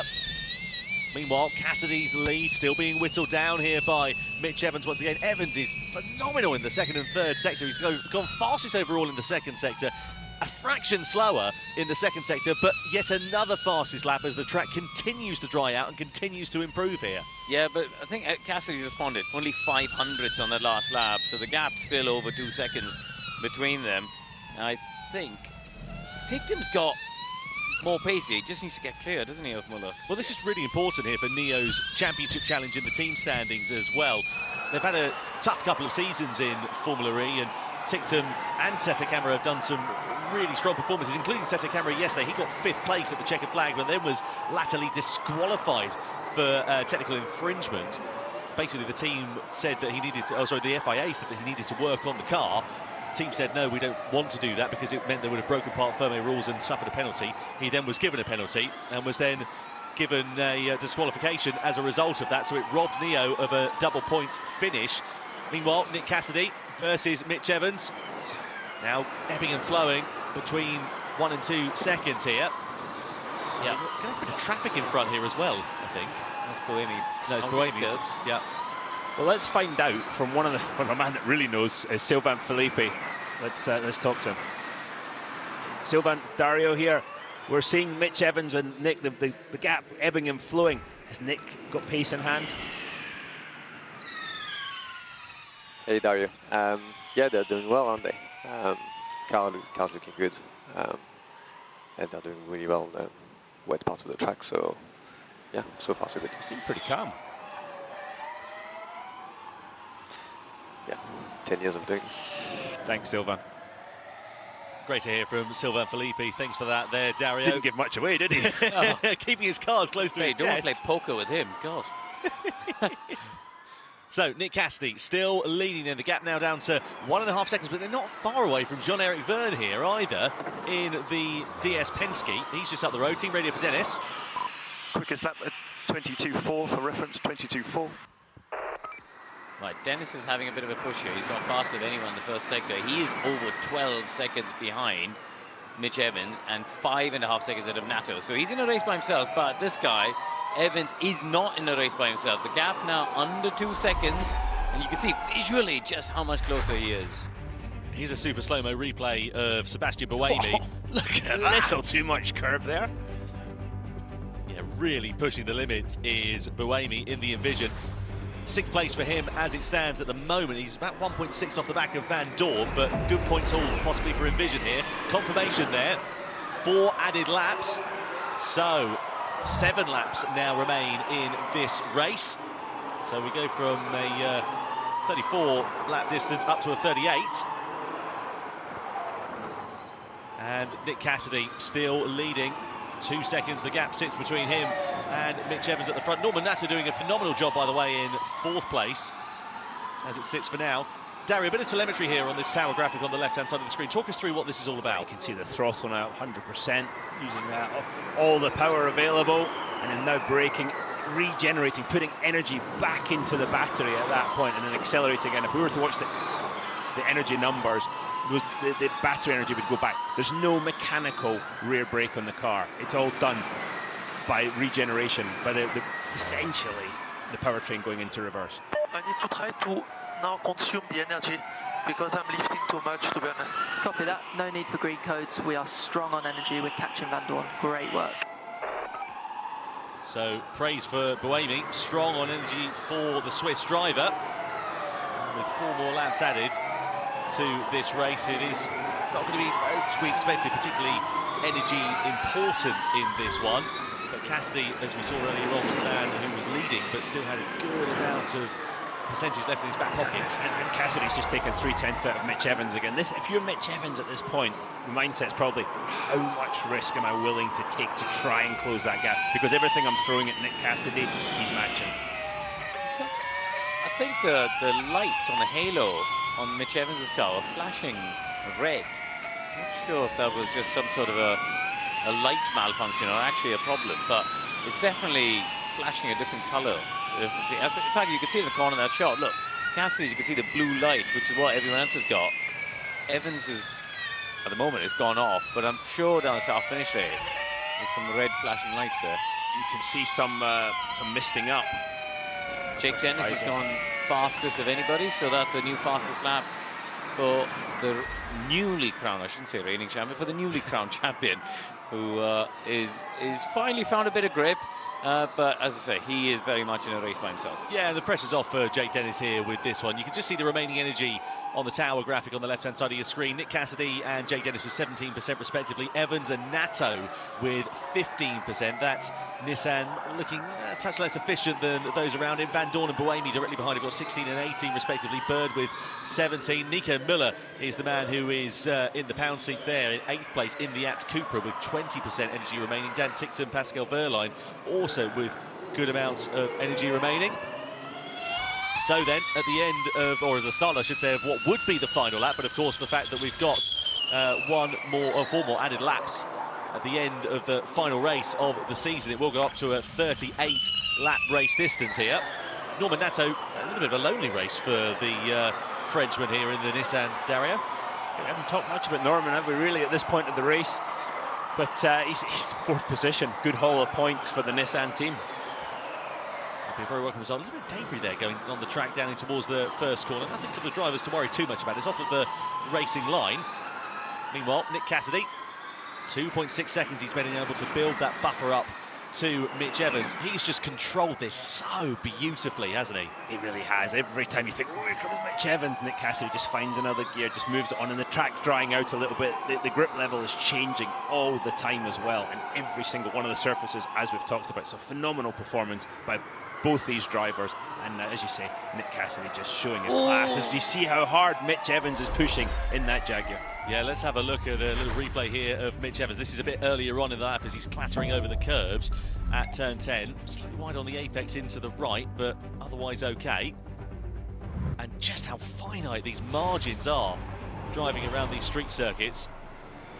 We should put a heart rate monitor on James Barkley. Again, another person in the paddock that you wouldn't particularly want to play poker with, because he seems to have the same reaction regardless of what's happening. So, Jake Dennis in 3rd place, Nato in 4th, Van Dorn in 5th. And the sort of group has settled down a little bit, hasn't it? Muller seems to have broken the threat from Tickton that was looming large in his mirror for a number of laps there, but that seems to have settled down a little bit as well, as we see on board with Sebastian Buemi. Watch his hands there, the amount of effort that's being put in, the amount of little steering corrections he's having to make at every corner, and every time he puts the power down. Listen in here. There, that spike that you hear in the sound, it's just the wheel spin every time he's trying to get the full throttle down the back straight. Yeah, fighting the car. You can see the Live Teams Championship on your screen at the moment. Envision Racing would be crowned as the Teams Champions of 2023. Just ahead of Jaguar. And then you've got Avalanche Andretti leapfrogging Porsche up into 3rd. The Drivers' Championship would see Cassidy elevated up into 2nd with Evans down into 3rd. Speaking of Cassidy, he's the first driver into the 121s. What is that, like 7/10 of a second quicker than Evans last time around? But Dennis has gone even faster, Tom, by another 2/10. So Jake Dennis there on our screen coming across line. The track's just getting ramped up, isn't it? It's just getting drier and drier, faster and faster. We're now 6 seconds faster than it was at the start of the race. So yeah, Dennis has taken a point away from Cassidy. Not that he needs any more points, but it's all good fun and a bit of well, maybe he gets a fastest lap bonus. I was just going to say the 1 lap bonus point. Yeah, I was just going to say, it's, 1 lap bonus point there for him. Go out in a blaze of glory at the end of the year, if nothing else. Yeah, exactly. Well, this is the point where those that started with a lower tyre pressure they might actually be starting to benefit as those with a higher starting tyre pressure, the tyres start to go off. Evans has really dropped back there. Jeff out of the way, I can't see now. So that's Jake Dennis saying, get John-Eric Vergne out of the way here. Yeah, I'm not sure what's happened here. Evans has really dropped back. Yeah, let's have a look at the difference in the gap between them. 3.7 seconds. Go to Dario. Well, let's talk to James Barkley. James, we're seeing Mitch keeps putting pressure on, trying to close the gap to Nick Cassidy. Is there anything he can do? A pretty phenomenal race here. Nick hasn't made any errors, and we are relying on an error from Nick, really, to be honest. That Jaguar powertrain in the Envision's working pretty well as well. But yeah, fantastic job by both drivers. Thanks, James. Well, thank you very much to James Barkley. Thanks to Dario for that as well. So penultimate lap we are on now here. I mean, for him to say we're relying on a mistake, it just shows you it's a mighty performance by both drivers. Yeah, I think the gap now 3.5 seconds. I don't know if Evans just had a lap to just kind of settle the tyre pressures down again before having a go, because his pace has recovered, or he just made a mistake somewhere. I'm wondering... Energy's a bit low as well. He's got a lap and a half to go. Yeah, I'm wondering here if Cassidy's going to try and go for the Grand Slam in this one. By that I mean pole position, fastest lap, which he hasn't currently set, led every single lap, and of course taking the race victory. Do you think if you're Nick Cassidy, do you want to go into blaze of glory at the end of this year? After what happened yesterday? Absolutely. Well, he's got one more opportunity to do so then. Comes around the final corner, does Nick Cassidy, controlling this race absolutely beautifully as we begin the final lap. So Nick Cassidy leads the field then at the end of the beginning of the final lap. The end of this race ahead of Mitch Evans and Jake Dennis, who's coming through the final corner in the Avalanche Andretti. Then it's Norman Nato, Stoffel Van Dorn, Sebastian Buemi, Sam Bird. So despite that the gaps inside the top 5 being pretty close early on, they seem to have petered out a little bit now towards the end of this race. So I'm going to give the fastest lap at crap front now. I'm going to push like hell. But just having a look at the lap times here between these drivers, and Nick Cassidy with the fastest lap last time around, but I haven't got the data to suggest that he's done the fastest lap overall. Look at Dan Ticktum here. He's a man who's really on a charge, sitting in 9th place. Just in front of him is Nico Müller and Sam Bird, and Ticktum sniffing an opportunity on home soil to try and pick up the pieces, and more points here in Neo's Championship Challenge in the team's order here as well. He's going to be running out of opportunities as he comes out of turn 9 on the run up in towards turn 10 for the final time. Into the spray, but up into the final series of corners comes Nick Cassidy. He has controlled this race absolutely perfectly. It's pole position, led every single lap, and he comes around the final corner to rid the final race of 2023. Nick Cassidy takes victory in London from Mitch Evans in 2nd place. Jake Dennis in the Andretti, the newly crowned 2023 World Champion, rounds the final corner and will bookend his season with a podium finish and a slide to the checkered flag. And a great performance also further down from Norman Nato in the Nissan in 4th place ahead of Stoffel Van Dorn. Some kind of redemption after a challenging 2023 campaign ahead of Sebastian Buemi, Sam Bird, Nico Müller, Dan Ticktum, Pascal Wehrlein. Look at the difference in manufacturers and teams all in the top 10. Thank you, boys. Yeah, I really like you guys. Well, good bit of team radio there from Nick Cassidy. Absolutely delighted with that, righting the wrongs of yesterday. Let's go over to Karun, who's going to talk to Cassidy. Nick, congratulations here. It's Karun in the commentary box. Superb drive. How tricky was it in those conditions? Hey, man. Yeah, that was really hard. Especially being the leader, I didn't know how hard to push, but I felt amazing all race. Really happy with that. Nearly 5 seconds at the end there. I mean, any hint of a mistake? Will you have any twitchy moments? To be honest, not really. I felt comfortable, and it's really strange to have a race like this difficult, and not have any big moments. So I'm really proud. Well, you should be great win to finish the year, second in the Drivers' Championship, and your team are the team's champions, so well done. Amazing job from Vision Racing there. Huge congratulations to them for becoming the team's world champions of 2023 in Formula E. They have done it. They've never finished higher than third in the team standings in their entire time in Formula E, and now they sit aloft the order at the end of season 9. Amazing job from Envision, from Nick Cassidy and from teammate Sebastian Buemi. 6th place he finished in the checkered flag, and that was enough for their total points haul for them to be crowned as this year's team's champions. He had some bad luck, Cassidy, didn't he? Would have been a strong contender for the title, but yeah, there you go. Nice way to finish the year. Absolutely. Well, the drivers then coming back into pit lane at the end of that race. For the final time this season, we will have the podium. We'll also have the championship at Podium as well. Very much looking forward to that, as Nick Cassidy taking his 4th win of 2023. What a drive from the Kiwi, and that's the thing, when you get in a position where he's under pressure, he always seems to deliver.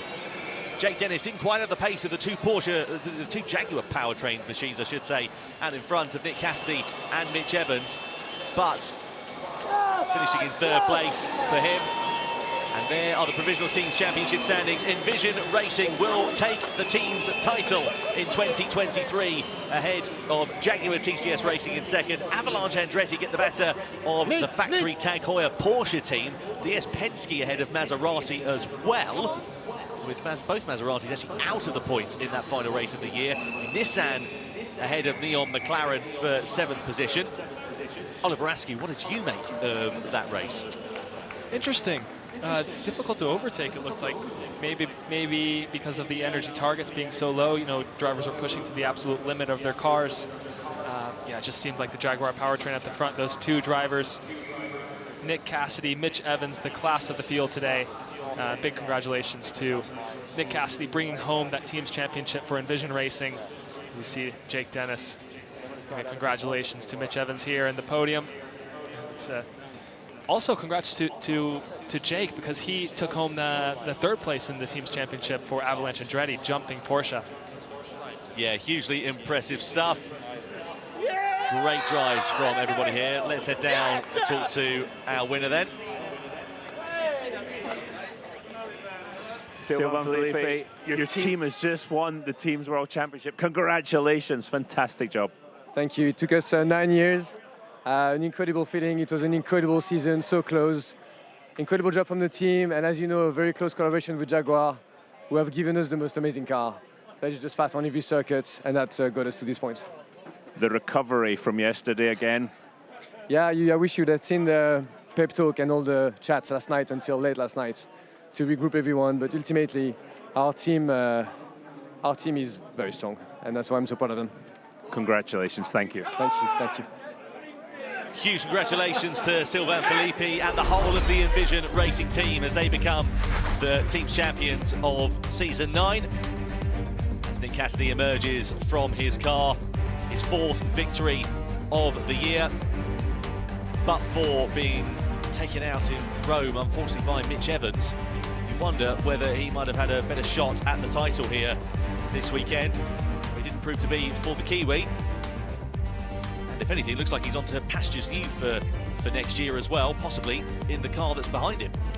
Sort of a bittersweet moment there for Nick Cassidy. A couple years being spent at Envision, you can see the relationship that he has with his team. He spends, as drivers in Formula E, you spend so much time with your engineers, at the races, traveling the world, in the simulator. So yeah, it's a bittersweet moment, parting ways potentially from that team. And Avalanche Andretti, sorry, Envision Racing, I should say rather, have been stalwarts of this championship for a very long time, back when they were known as Virgin Racing, Virgin Envision Racing, etc. And they have been hugely impressive. Never finished higher than 3rd in the championship standings, and now they finish atop of the order. Let's talk to the winning driver, though, Nick Cassidy for Envision Racing.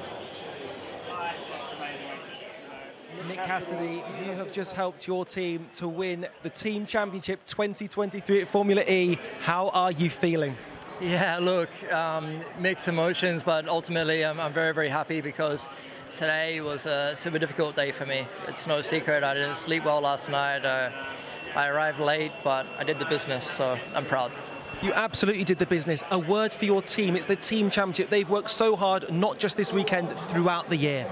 You know, they're absolutely incredible, an incredible bunch of people. And they work so hard. Of course, every team does, but these guys, they've been close on so many occasions. And I think that shows how strong they are in this championship. Now, to finally get it done for them, I'm super, super happy. Congratulations to you. Congratulations to Envision. Well done. Thank you so much. Great for Nick Cassidy to end his season on a high, and Ollie, he controlled that race just so beautifully at the front. Never looked like he was fallible under pressure at all. Yeah, he did. You wonder if that rooster tail and the spray coming off that car in the beginning of this race kind of hindered Mitch Evans not being able to understand the conditions quite as quick as Nick Cassidy, not being able to see where those puddles were.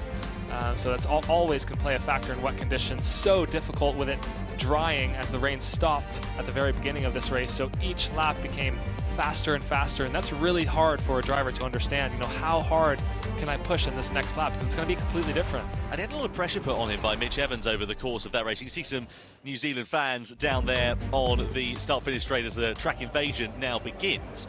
But Cassidy, whenever Mitch Evans put the pressure on him, he was able to respond so well. Yeah, when you're out front like that, it's difficult to overtake. You feel like you're in complete control of the race and dictating the pace. He can decide, what kind of risk he wants to take. Well, let's have a chat with Mitch Evans then, who finished in second place for Jaguar, and see what his thoughts are after the final race of the year.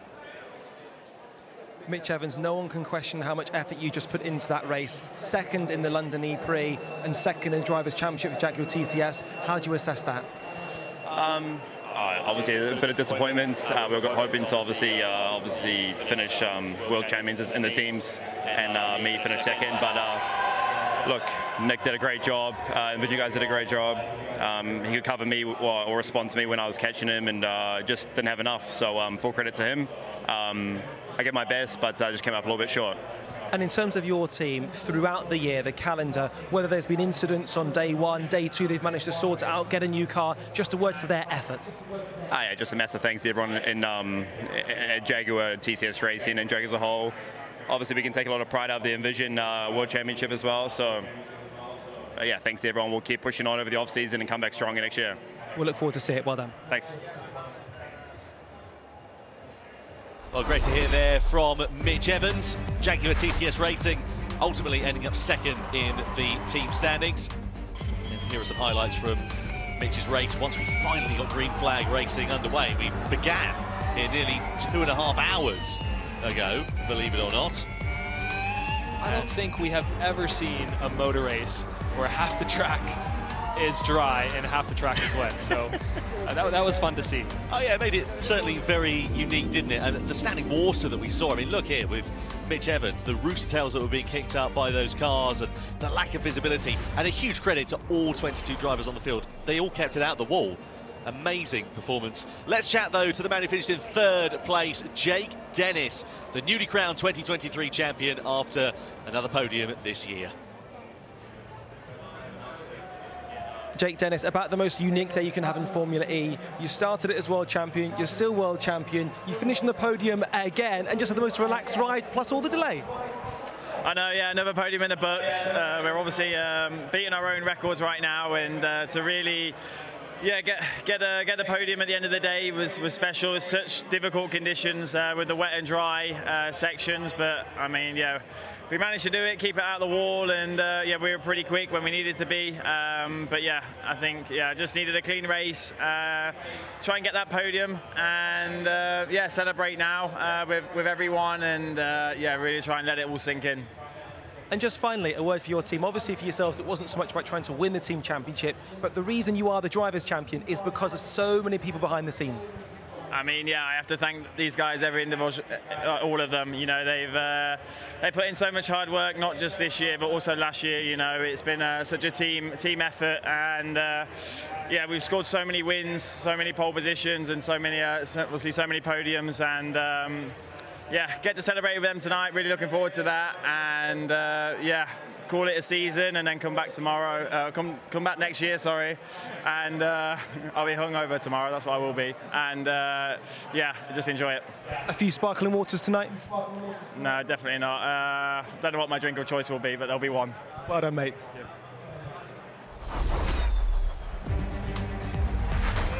Oh, there's going to be plenty of celebrations, that's for sure. I mean, Jake Dennis there didn't really get to celebrate his title win yesterday, so today is it's going to be a big one tonight. I mean, I know it's been a long day for everyone, and thank you so much for everyone bearing with us through all of the delays, but it was worth the wait and the party tonight. Are you going to the gala dinner? No, I got to go home tonight. Putting on your posh frock? No, not tonight. I'm following him home. I mean, I'm hoping you're drinking sparkling water tonight. Yeah, don't worry. I will be putting my feet up. But you might have more pressing engagements, Nikki.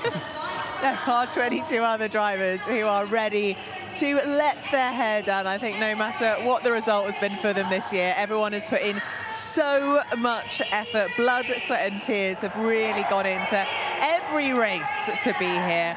And there's obviously a lot of work that goes on behind the scenes as well, not just the team members that are here, but also the ones back at base at HQ.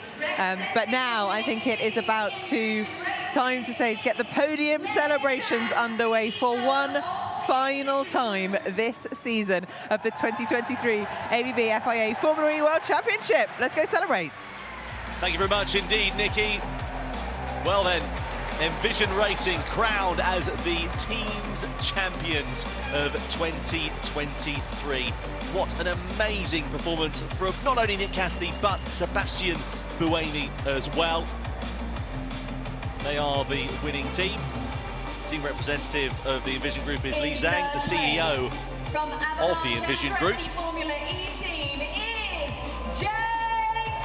And now time for the reigning champion, Jake Dennis, to make his way into third place here. Second here yesterday, third place today, 2 podiums on home soil. Not quite the victory that I'm sure he would have wanted to cap off his season, but nonetheless, he managed to get done what he needed to, and that, of course, was winning the driver's title here after round 15. In second place from Jaguar, TCS Second place for Mitch Evans as well. Great drive from him yesterday to take win number 4 of the season, and a 7th podium of the year as well here this afternoon with a second place finish. Really looked like he was going to try and bring the challenge onto the back of Nick Cassidy in the mid stages of that one, but anything that Evans could do, Cassidy had a response in his locker. Our winner from Envision Racing is Nick Cassidy! Nick Cassidy then makes his way onto the top step of the podium. What a drive from the Kiwi, his 4th victory of the season, signs the camera lens right when it mattered as well. He helps Envision Racing take home the team's championship for the 2023 season. He congratulates all of the dignitaries and his fellow drivers as well. And Li Zhang, the CEO of the Envision Group, the team's representative for Envision Racing, on the podium. And of course we wait for the trophies and the champagne to be displayed. To be sprayed, rather, I should say, rather than be displayed. Really looking forward to seeing what Nick Cassidy is going to be able to do after a bit of an off-season, with Formula E Season 10 set to kick off next January. Possibly a change of environment, not confirmed yet for Nick Cassidy, but strong rumours are that he'll be off to Jaguar. So we now wait for the national anthem.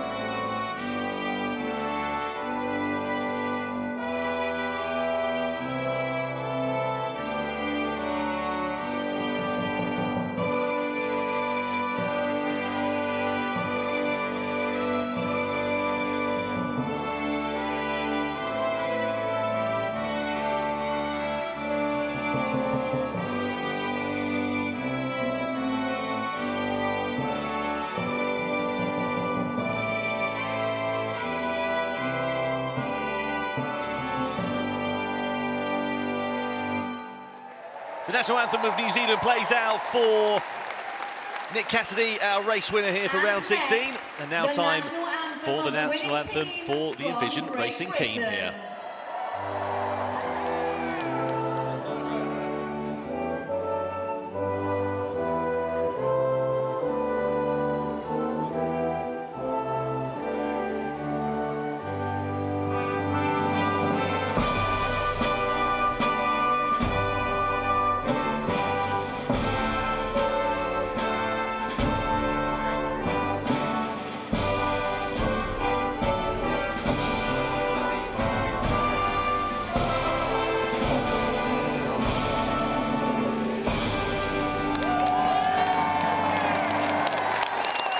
Save the Queen plays out for the Envision Racing team. Or I suppose it probably should be God Save the King, shouldn't it, really?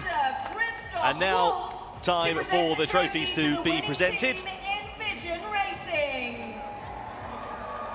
Envision Racing trophy presented first of all by Christopher Waltz on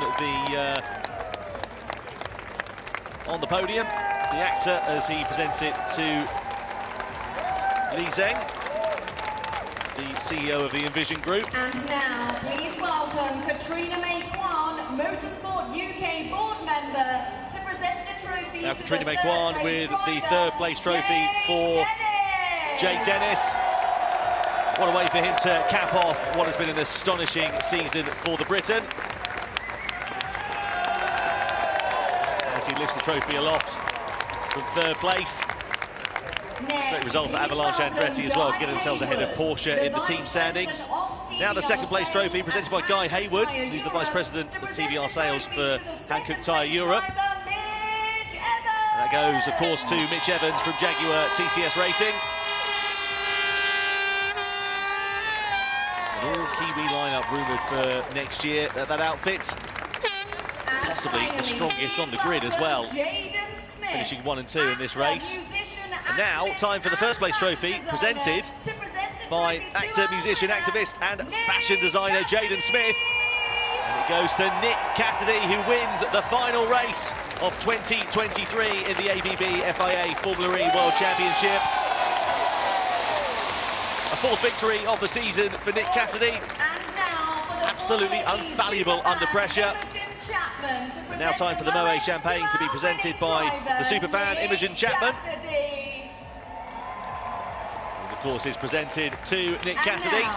It's time to celebrate and now it's time to stand back and cover your eyes as they spray the champagne for one final time in 2023. What a performance from our top 3 finishers on the podium. Nick Cassidy, Mitch Evans and Jake Dennis, as Envision Racing are crowned as teams champions of 2023. And Jake Dennis, the drivers' champion of this season as well, up there celebrating with his fellow peers and competitors. Simply wonderful season and very much looking forward already to season 10 beginning for ABB FIA Formula E.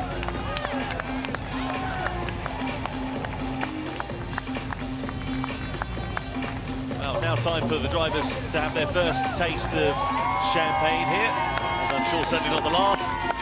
What a great round 16 we've had. Let's head down to Saunders, shall we? Yes, I'm very much amongst it here. We are with the podium here in the celebrations. James Barkley, another podium for Mitch Evans, an incredibly good driver in difficult conditions. It just shows the sort of consistency he's had this season. Yeah, I mean, first of all, congratulations to Envision Racing, our customer team, Envision Jaguar.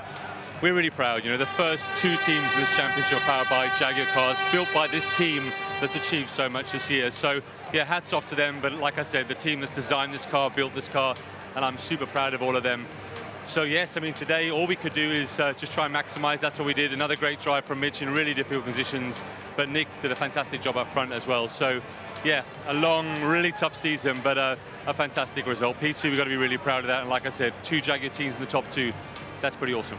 Lovely sentiment there about the customer team Envision. But is there an ounce of disappointment knowing that you came so close to winning the teams?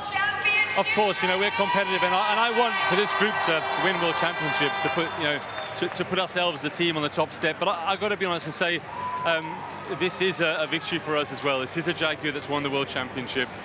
Although it's not our team in Jaguar TCS Racing, we can be really proud of that. And the season is judged over the whole year, not on one day. And there's been highs and lows this year. Some of those points that maybe slipped away from us in races this year, which probably shouldn't have. That's what cost you. But Envision had done a fantastic job, and to bring it down to the last race is all I can ask for this team. But 1-2 for Jaguar, the two teams in the World Championship this year, that's a huge achievement. I can't think of the last time if that's ever happened in Formula E. I need to check my history books. I mean, you can certainly see what it means to the team, the customer and manufacturer teams. And something we've seen a few times here this season is that Mitch Evans, Nick Cassidy podium, the two Kiwis, they're quite the pair, aren't they? Yeah, I mean, phenomenal. They both had an amazing season. You know, congrats to Jake for winning the Drivers' Championship yesterday.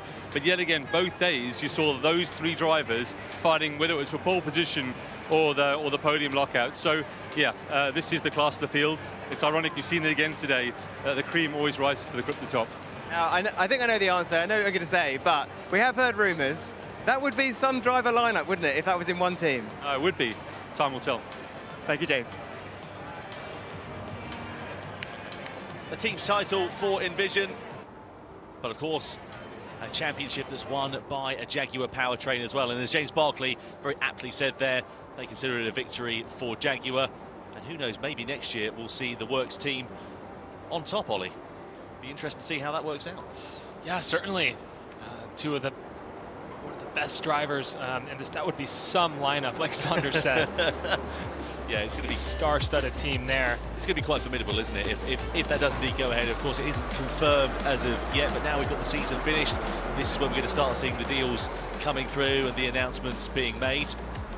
Already, actually, during that race, actually, we saw that Robin Price is to leave at Cupra at the end of this year as well. So, big news coming through the driver markets.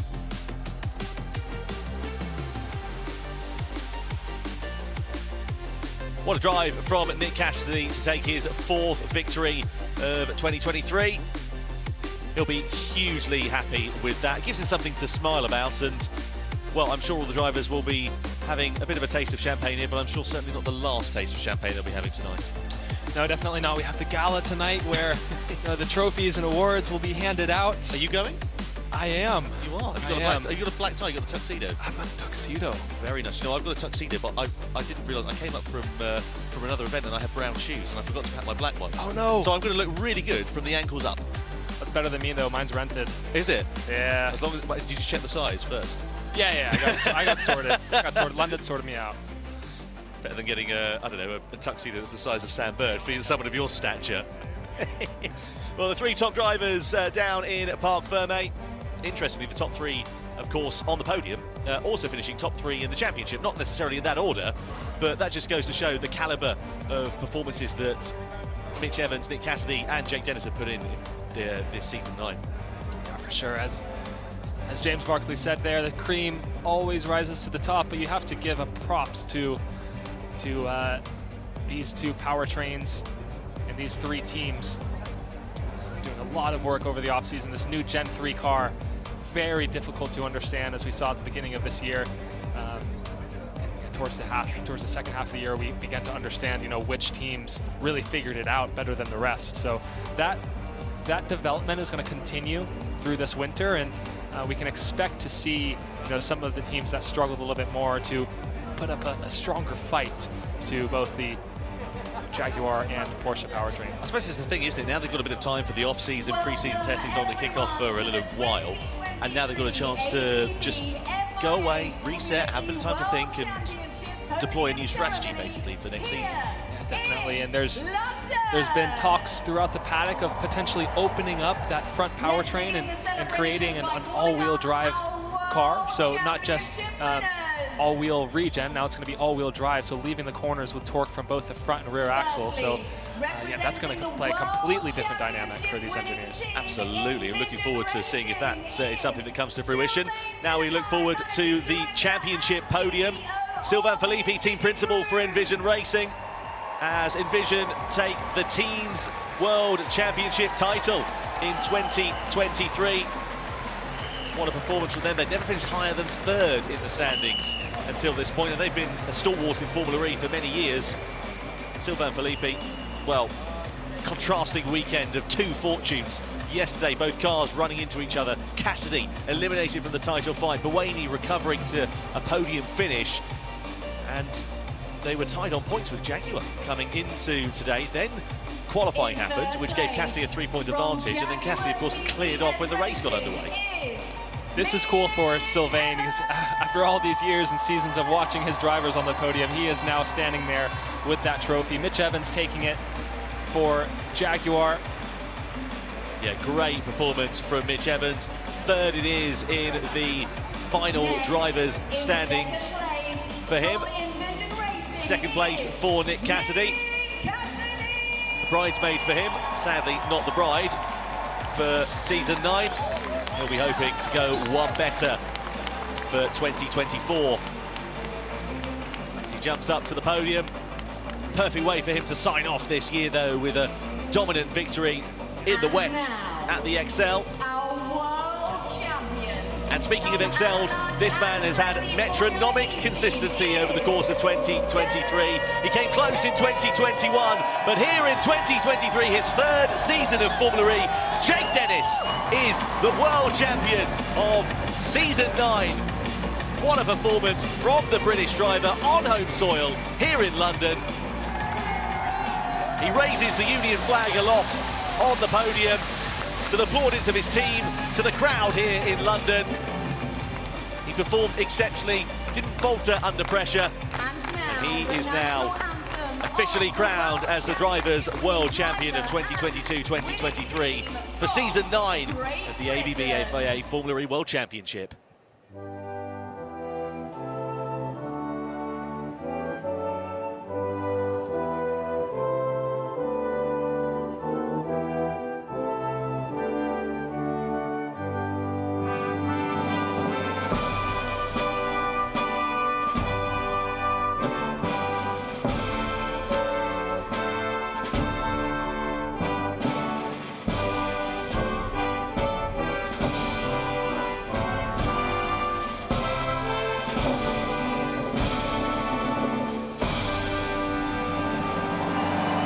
God Save the King plays out for Jake Dennis here in London, as he is the king of Formula E in 2023.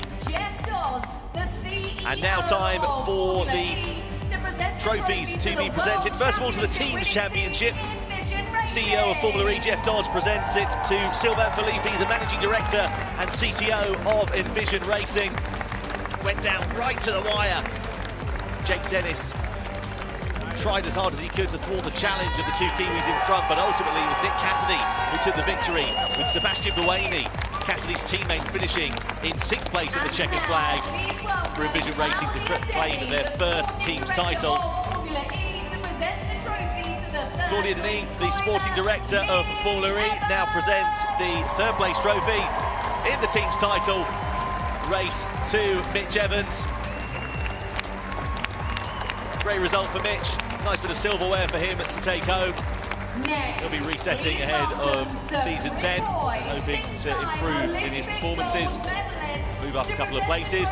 And to Chris Hoy, been with us on the coverage for Formula E this weekend. The 6-time Olympic gold medalist, though, will present the 2nd place trophy in the driver's standings to the winner of round 16, of Nick Cassidy.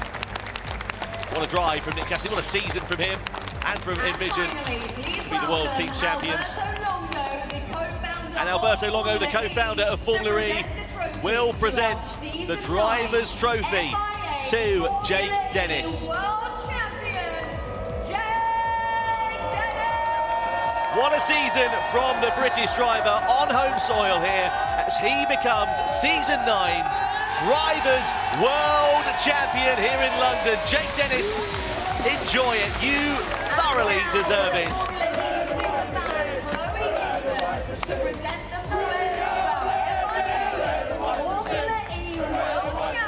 Fantastic job from Jake Dennis. Now time for the Moët Champagne. Championship podium champagne will be presented by Chloe Hickman, the superfan for Moët. Jake Dennis then with a big bottle of Moët. And now time for the champagne to be sprayed for one last time in 2023. Envision Racing are the team's champions of Season 9, but it's Jake Dennis who wins the World Drivers' Championship in Formula E as the confetti flies and the champagne flows here in London.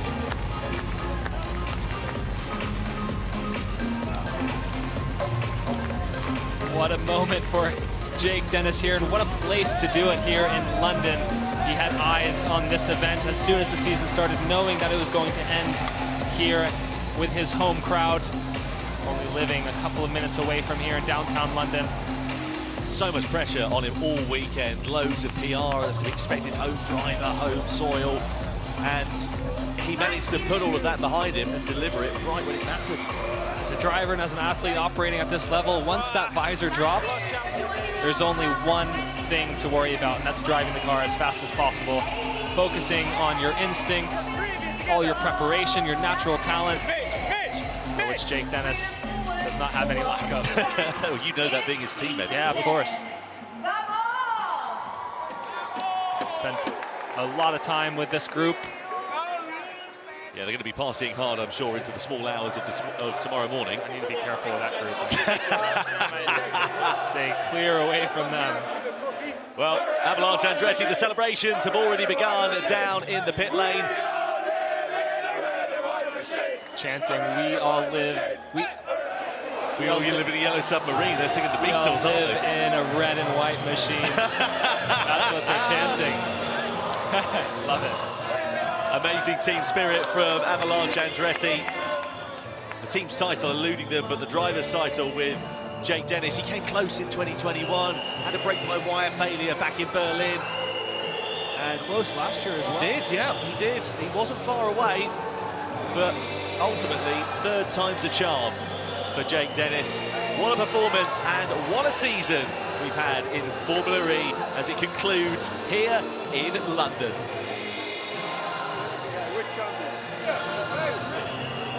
Well, it is a privilege to be up here on the podium here and really soak in this atmosphere, joined by Sylvain Filippi, who is, of course, just been crowned team's champion. The trophy's there, Sylvain. He's got to put the shirt on.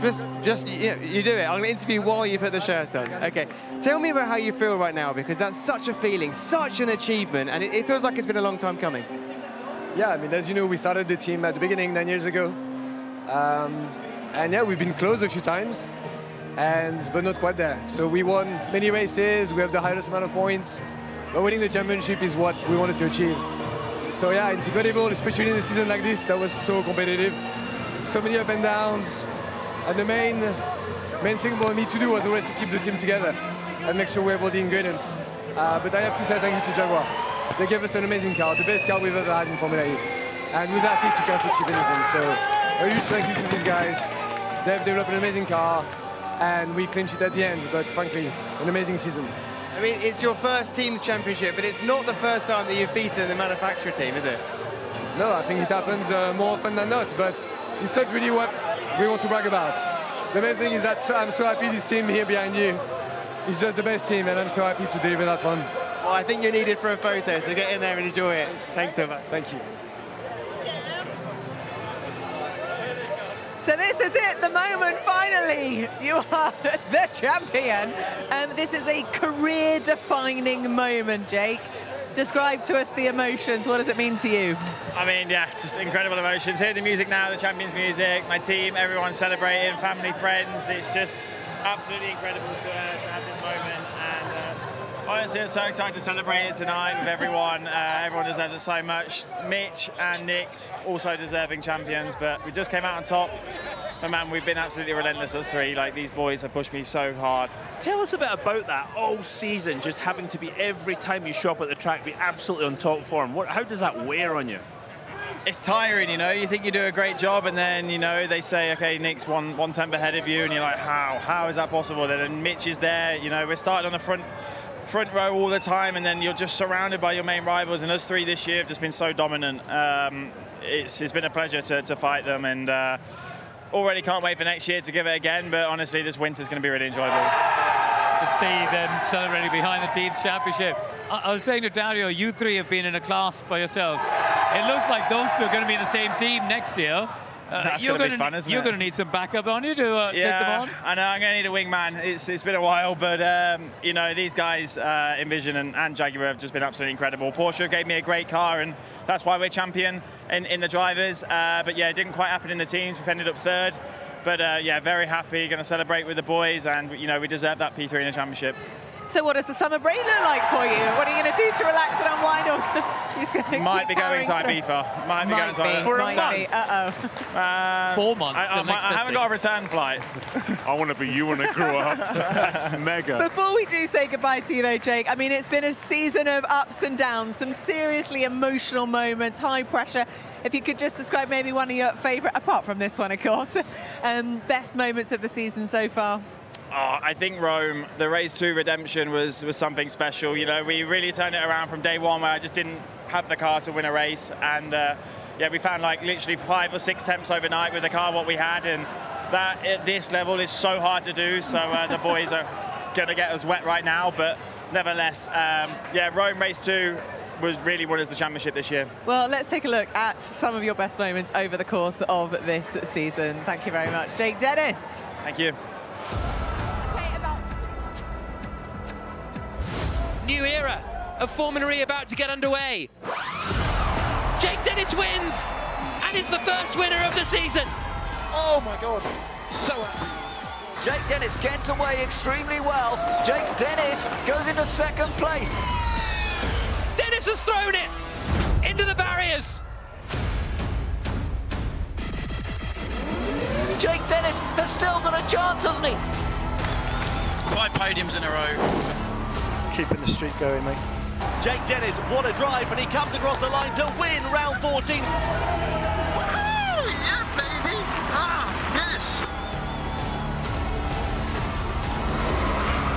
Can he go through? Yes, he can! Jake Dennis comes across the line, and he becomes the ABB FIA Formula E World Champion! We are world champions, baby! World champions! Ah, some fantastic moments there. Jake was getting pretty good at celebrating and spraying the champagne by the end of this season. A proper expert. We thought we would conclude what has been an incredible season 9 from the full team here. We have been with you through every moment, every twist and turn, all of the slice of the action. Guys, I think it would be great to get a final word from you. Best moment of the season. Radzi, kick us off. On the spot, the 4 new tracks. They delivered like the mailman. Unexpected, couldn't predict it, loved it. Go on, Saunders. You know what, I could go for overtakes, I could go for certain moments, but it's just been the drama this season has been unprecedented, has it not? Pick one. It was seeing Jake Dennis's face when he got out the car and he realised he was world champion. For me, that moment where it sunk in, that'll stick with me forever. I think Formula E finally going to India for the first time was pretty special. But I thought the race in Cape Town was an amazing contest with Da Costa pulling off that incredible move to take the win. I thought, I watched it on TV from home, I thought Jean-Eric Vergne's form That's in why India... you liked it, because you were at home with your feet up. Yeah, exactly, leading the field, low on energy, and still able to pull out the win. That, for me, was very, very special in a season of incredible moves and incredible moments. Well, that's a lovely little wrap. I'm going to go in there. Also saying goodbye to Vergne as well. Yes. Vergne and Kay, legend. Yeah. Hang on, the goodbye part was the sad bit, though. You need to pick celebration. A moment. I need to pick a moment. Yeah. I think getting through to the end of the season with a baby still inside. We're all there yet. We're all relieved. It's not over yet. Exactly. Got a couple of minutes to go. And Chris, just finally, because we've got to turn the attention back to Jake Dennis. Is he going to go on to win more champions now? You know, you've seen him. Has he got all the qualities of a champion? Well, you saw how he drove today. You know, he didn't have to perform to this level today, but he wanted to. So I think now he's got the confidence, the belief in himself. There's absolutely nothing to stop him going on and getting a 2nd, 3rd, 4th title. Yeah, it really is. The dominance that we've seen from him is incredible. He said one thing here a minute ago that really I thought, oh, goody. He said, I can't wait for next year. He's already up on the podium thinking about next year, and that to me is the mark of a true champion. What about Mitch Evans? How's he gonna pick himself up from this? Because, you know, I feel like he's the one guy, you know, Nick Cassidy and Vision, they got the teams, they got something to pull them through, but Mitch is just going away to... Yeah. Well, Mitch had more non-finishes than the other two. So, you know, all 3 of them would have been deserving champions this year. And Mitch knows next year the guy who's just beaten him today is going to be alongside him in the other car. That's a big challenge for him to take on. I mean, that is going to be a fantastic combination. What a strong pairing. Fantastic for the Jaguar team. Huge thank you for joining us through what has been an absolutely incredible season, traveling to all four corners of the world. For season 9, the 2023 season, the ABB FIA Formula E World Championship. And make sure you join us for next year, because it's going to be even better. We are literally speeding towards a weekend doubleheader. These vibrant streets are about to be electrified. Say hello to Gen 3. Who will rise? Who will fall? Prepare to be entertained. Oh, it's lovely, yeah? He's done it! Oh my God. What? We don't talk about Hyderabad. The two Jaguars collide! Two title protagonists collide! Oh no, that's absolutely huge! Oh! Amazing job from Vision Racing there. The team's world champions of 2023. Jake Dennis comes across the line and he becomes the ABB FIA Formula E World Champion. Woo! World champion, baby!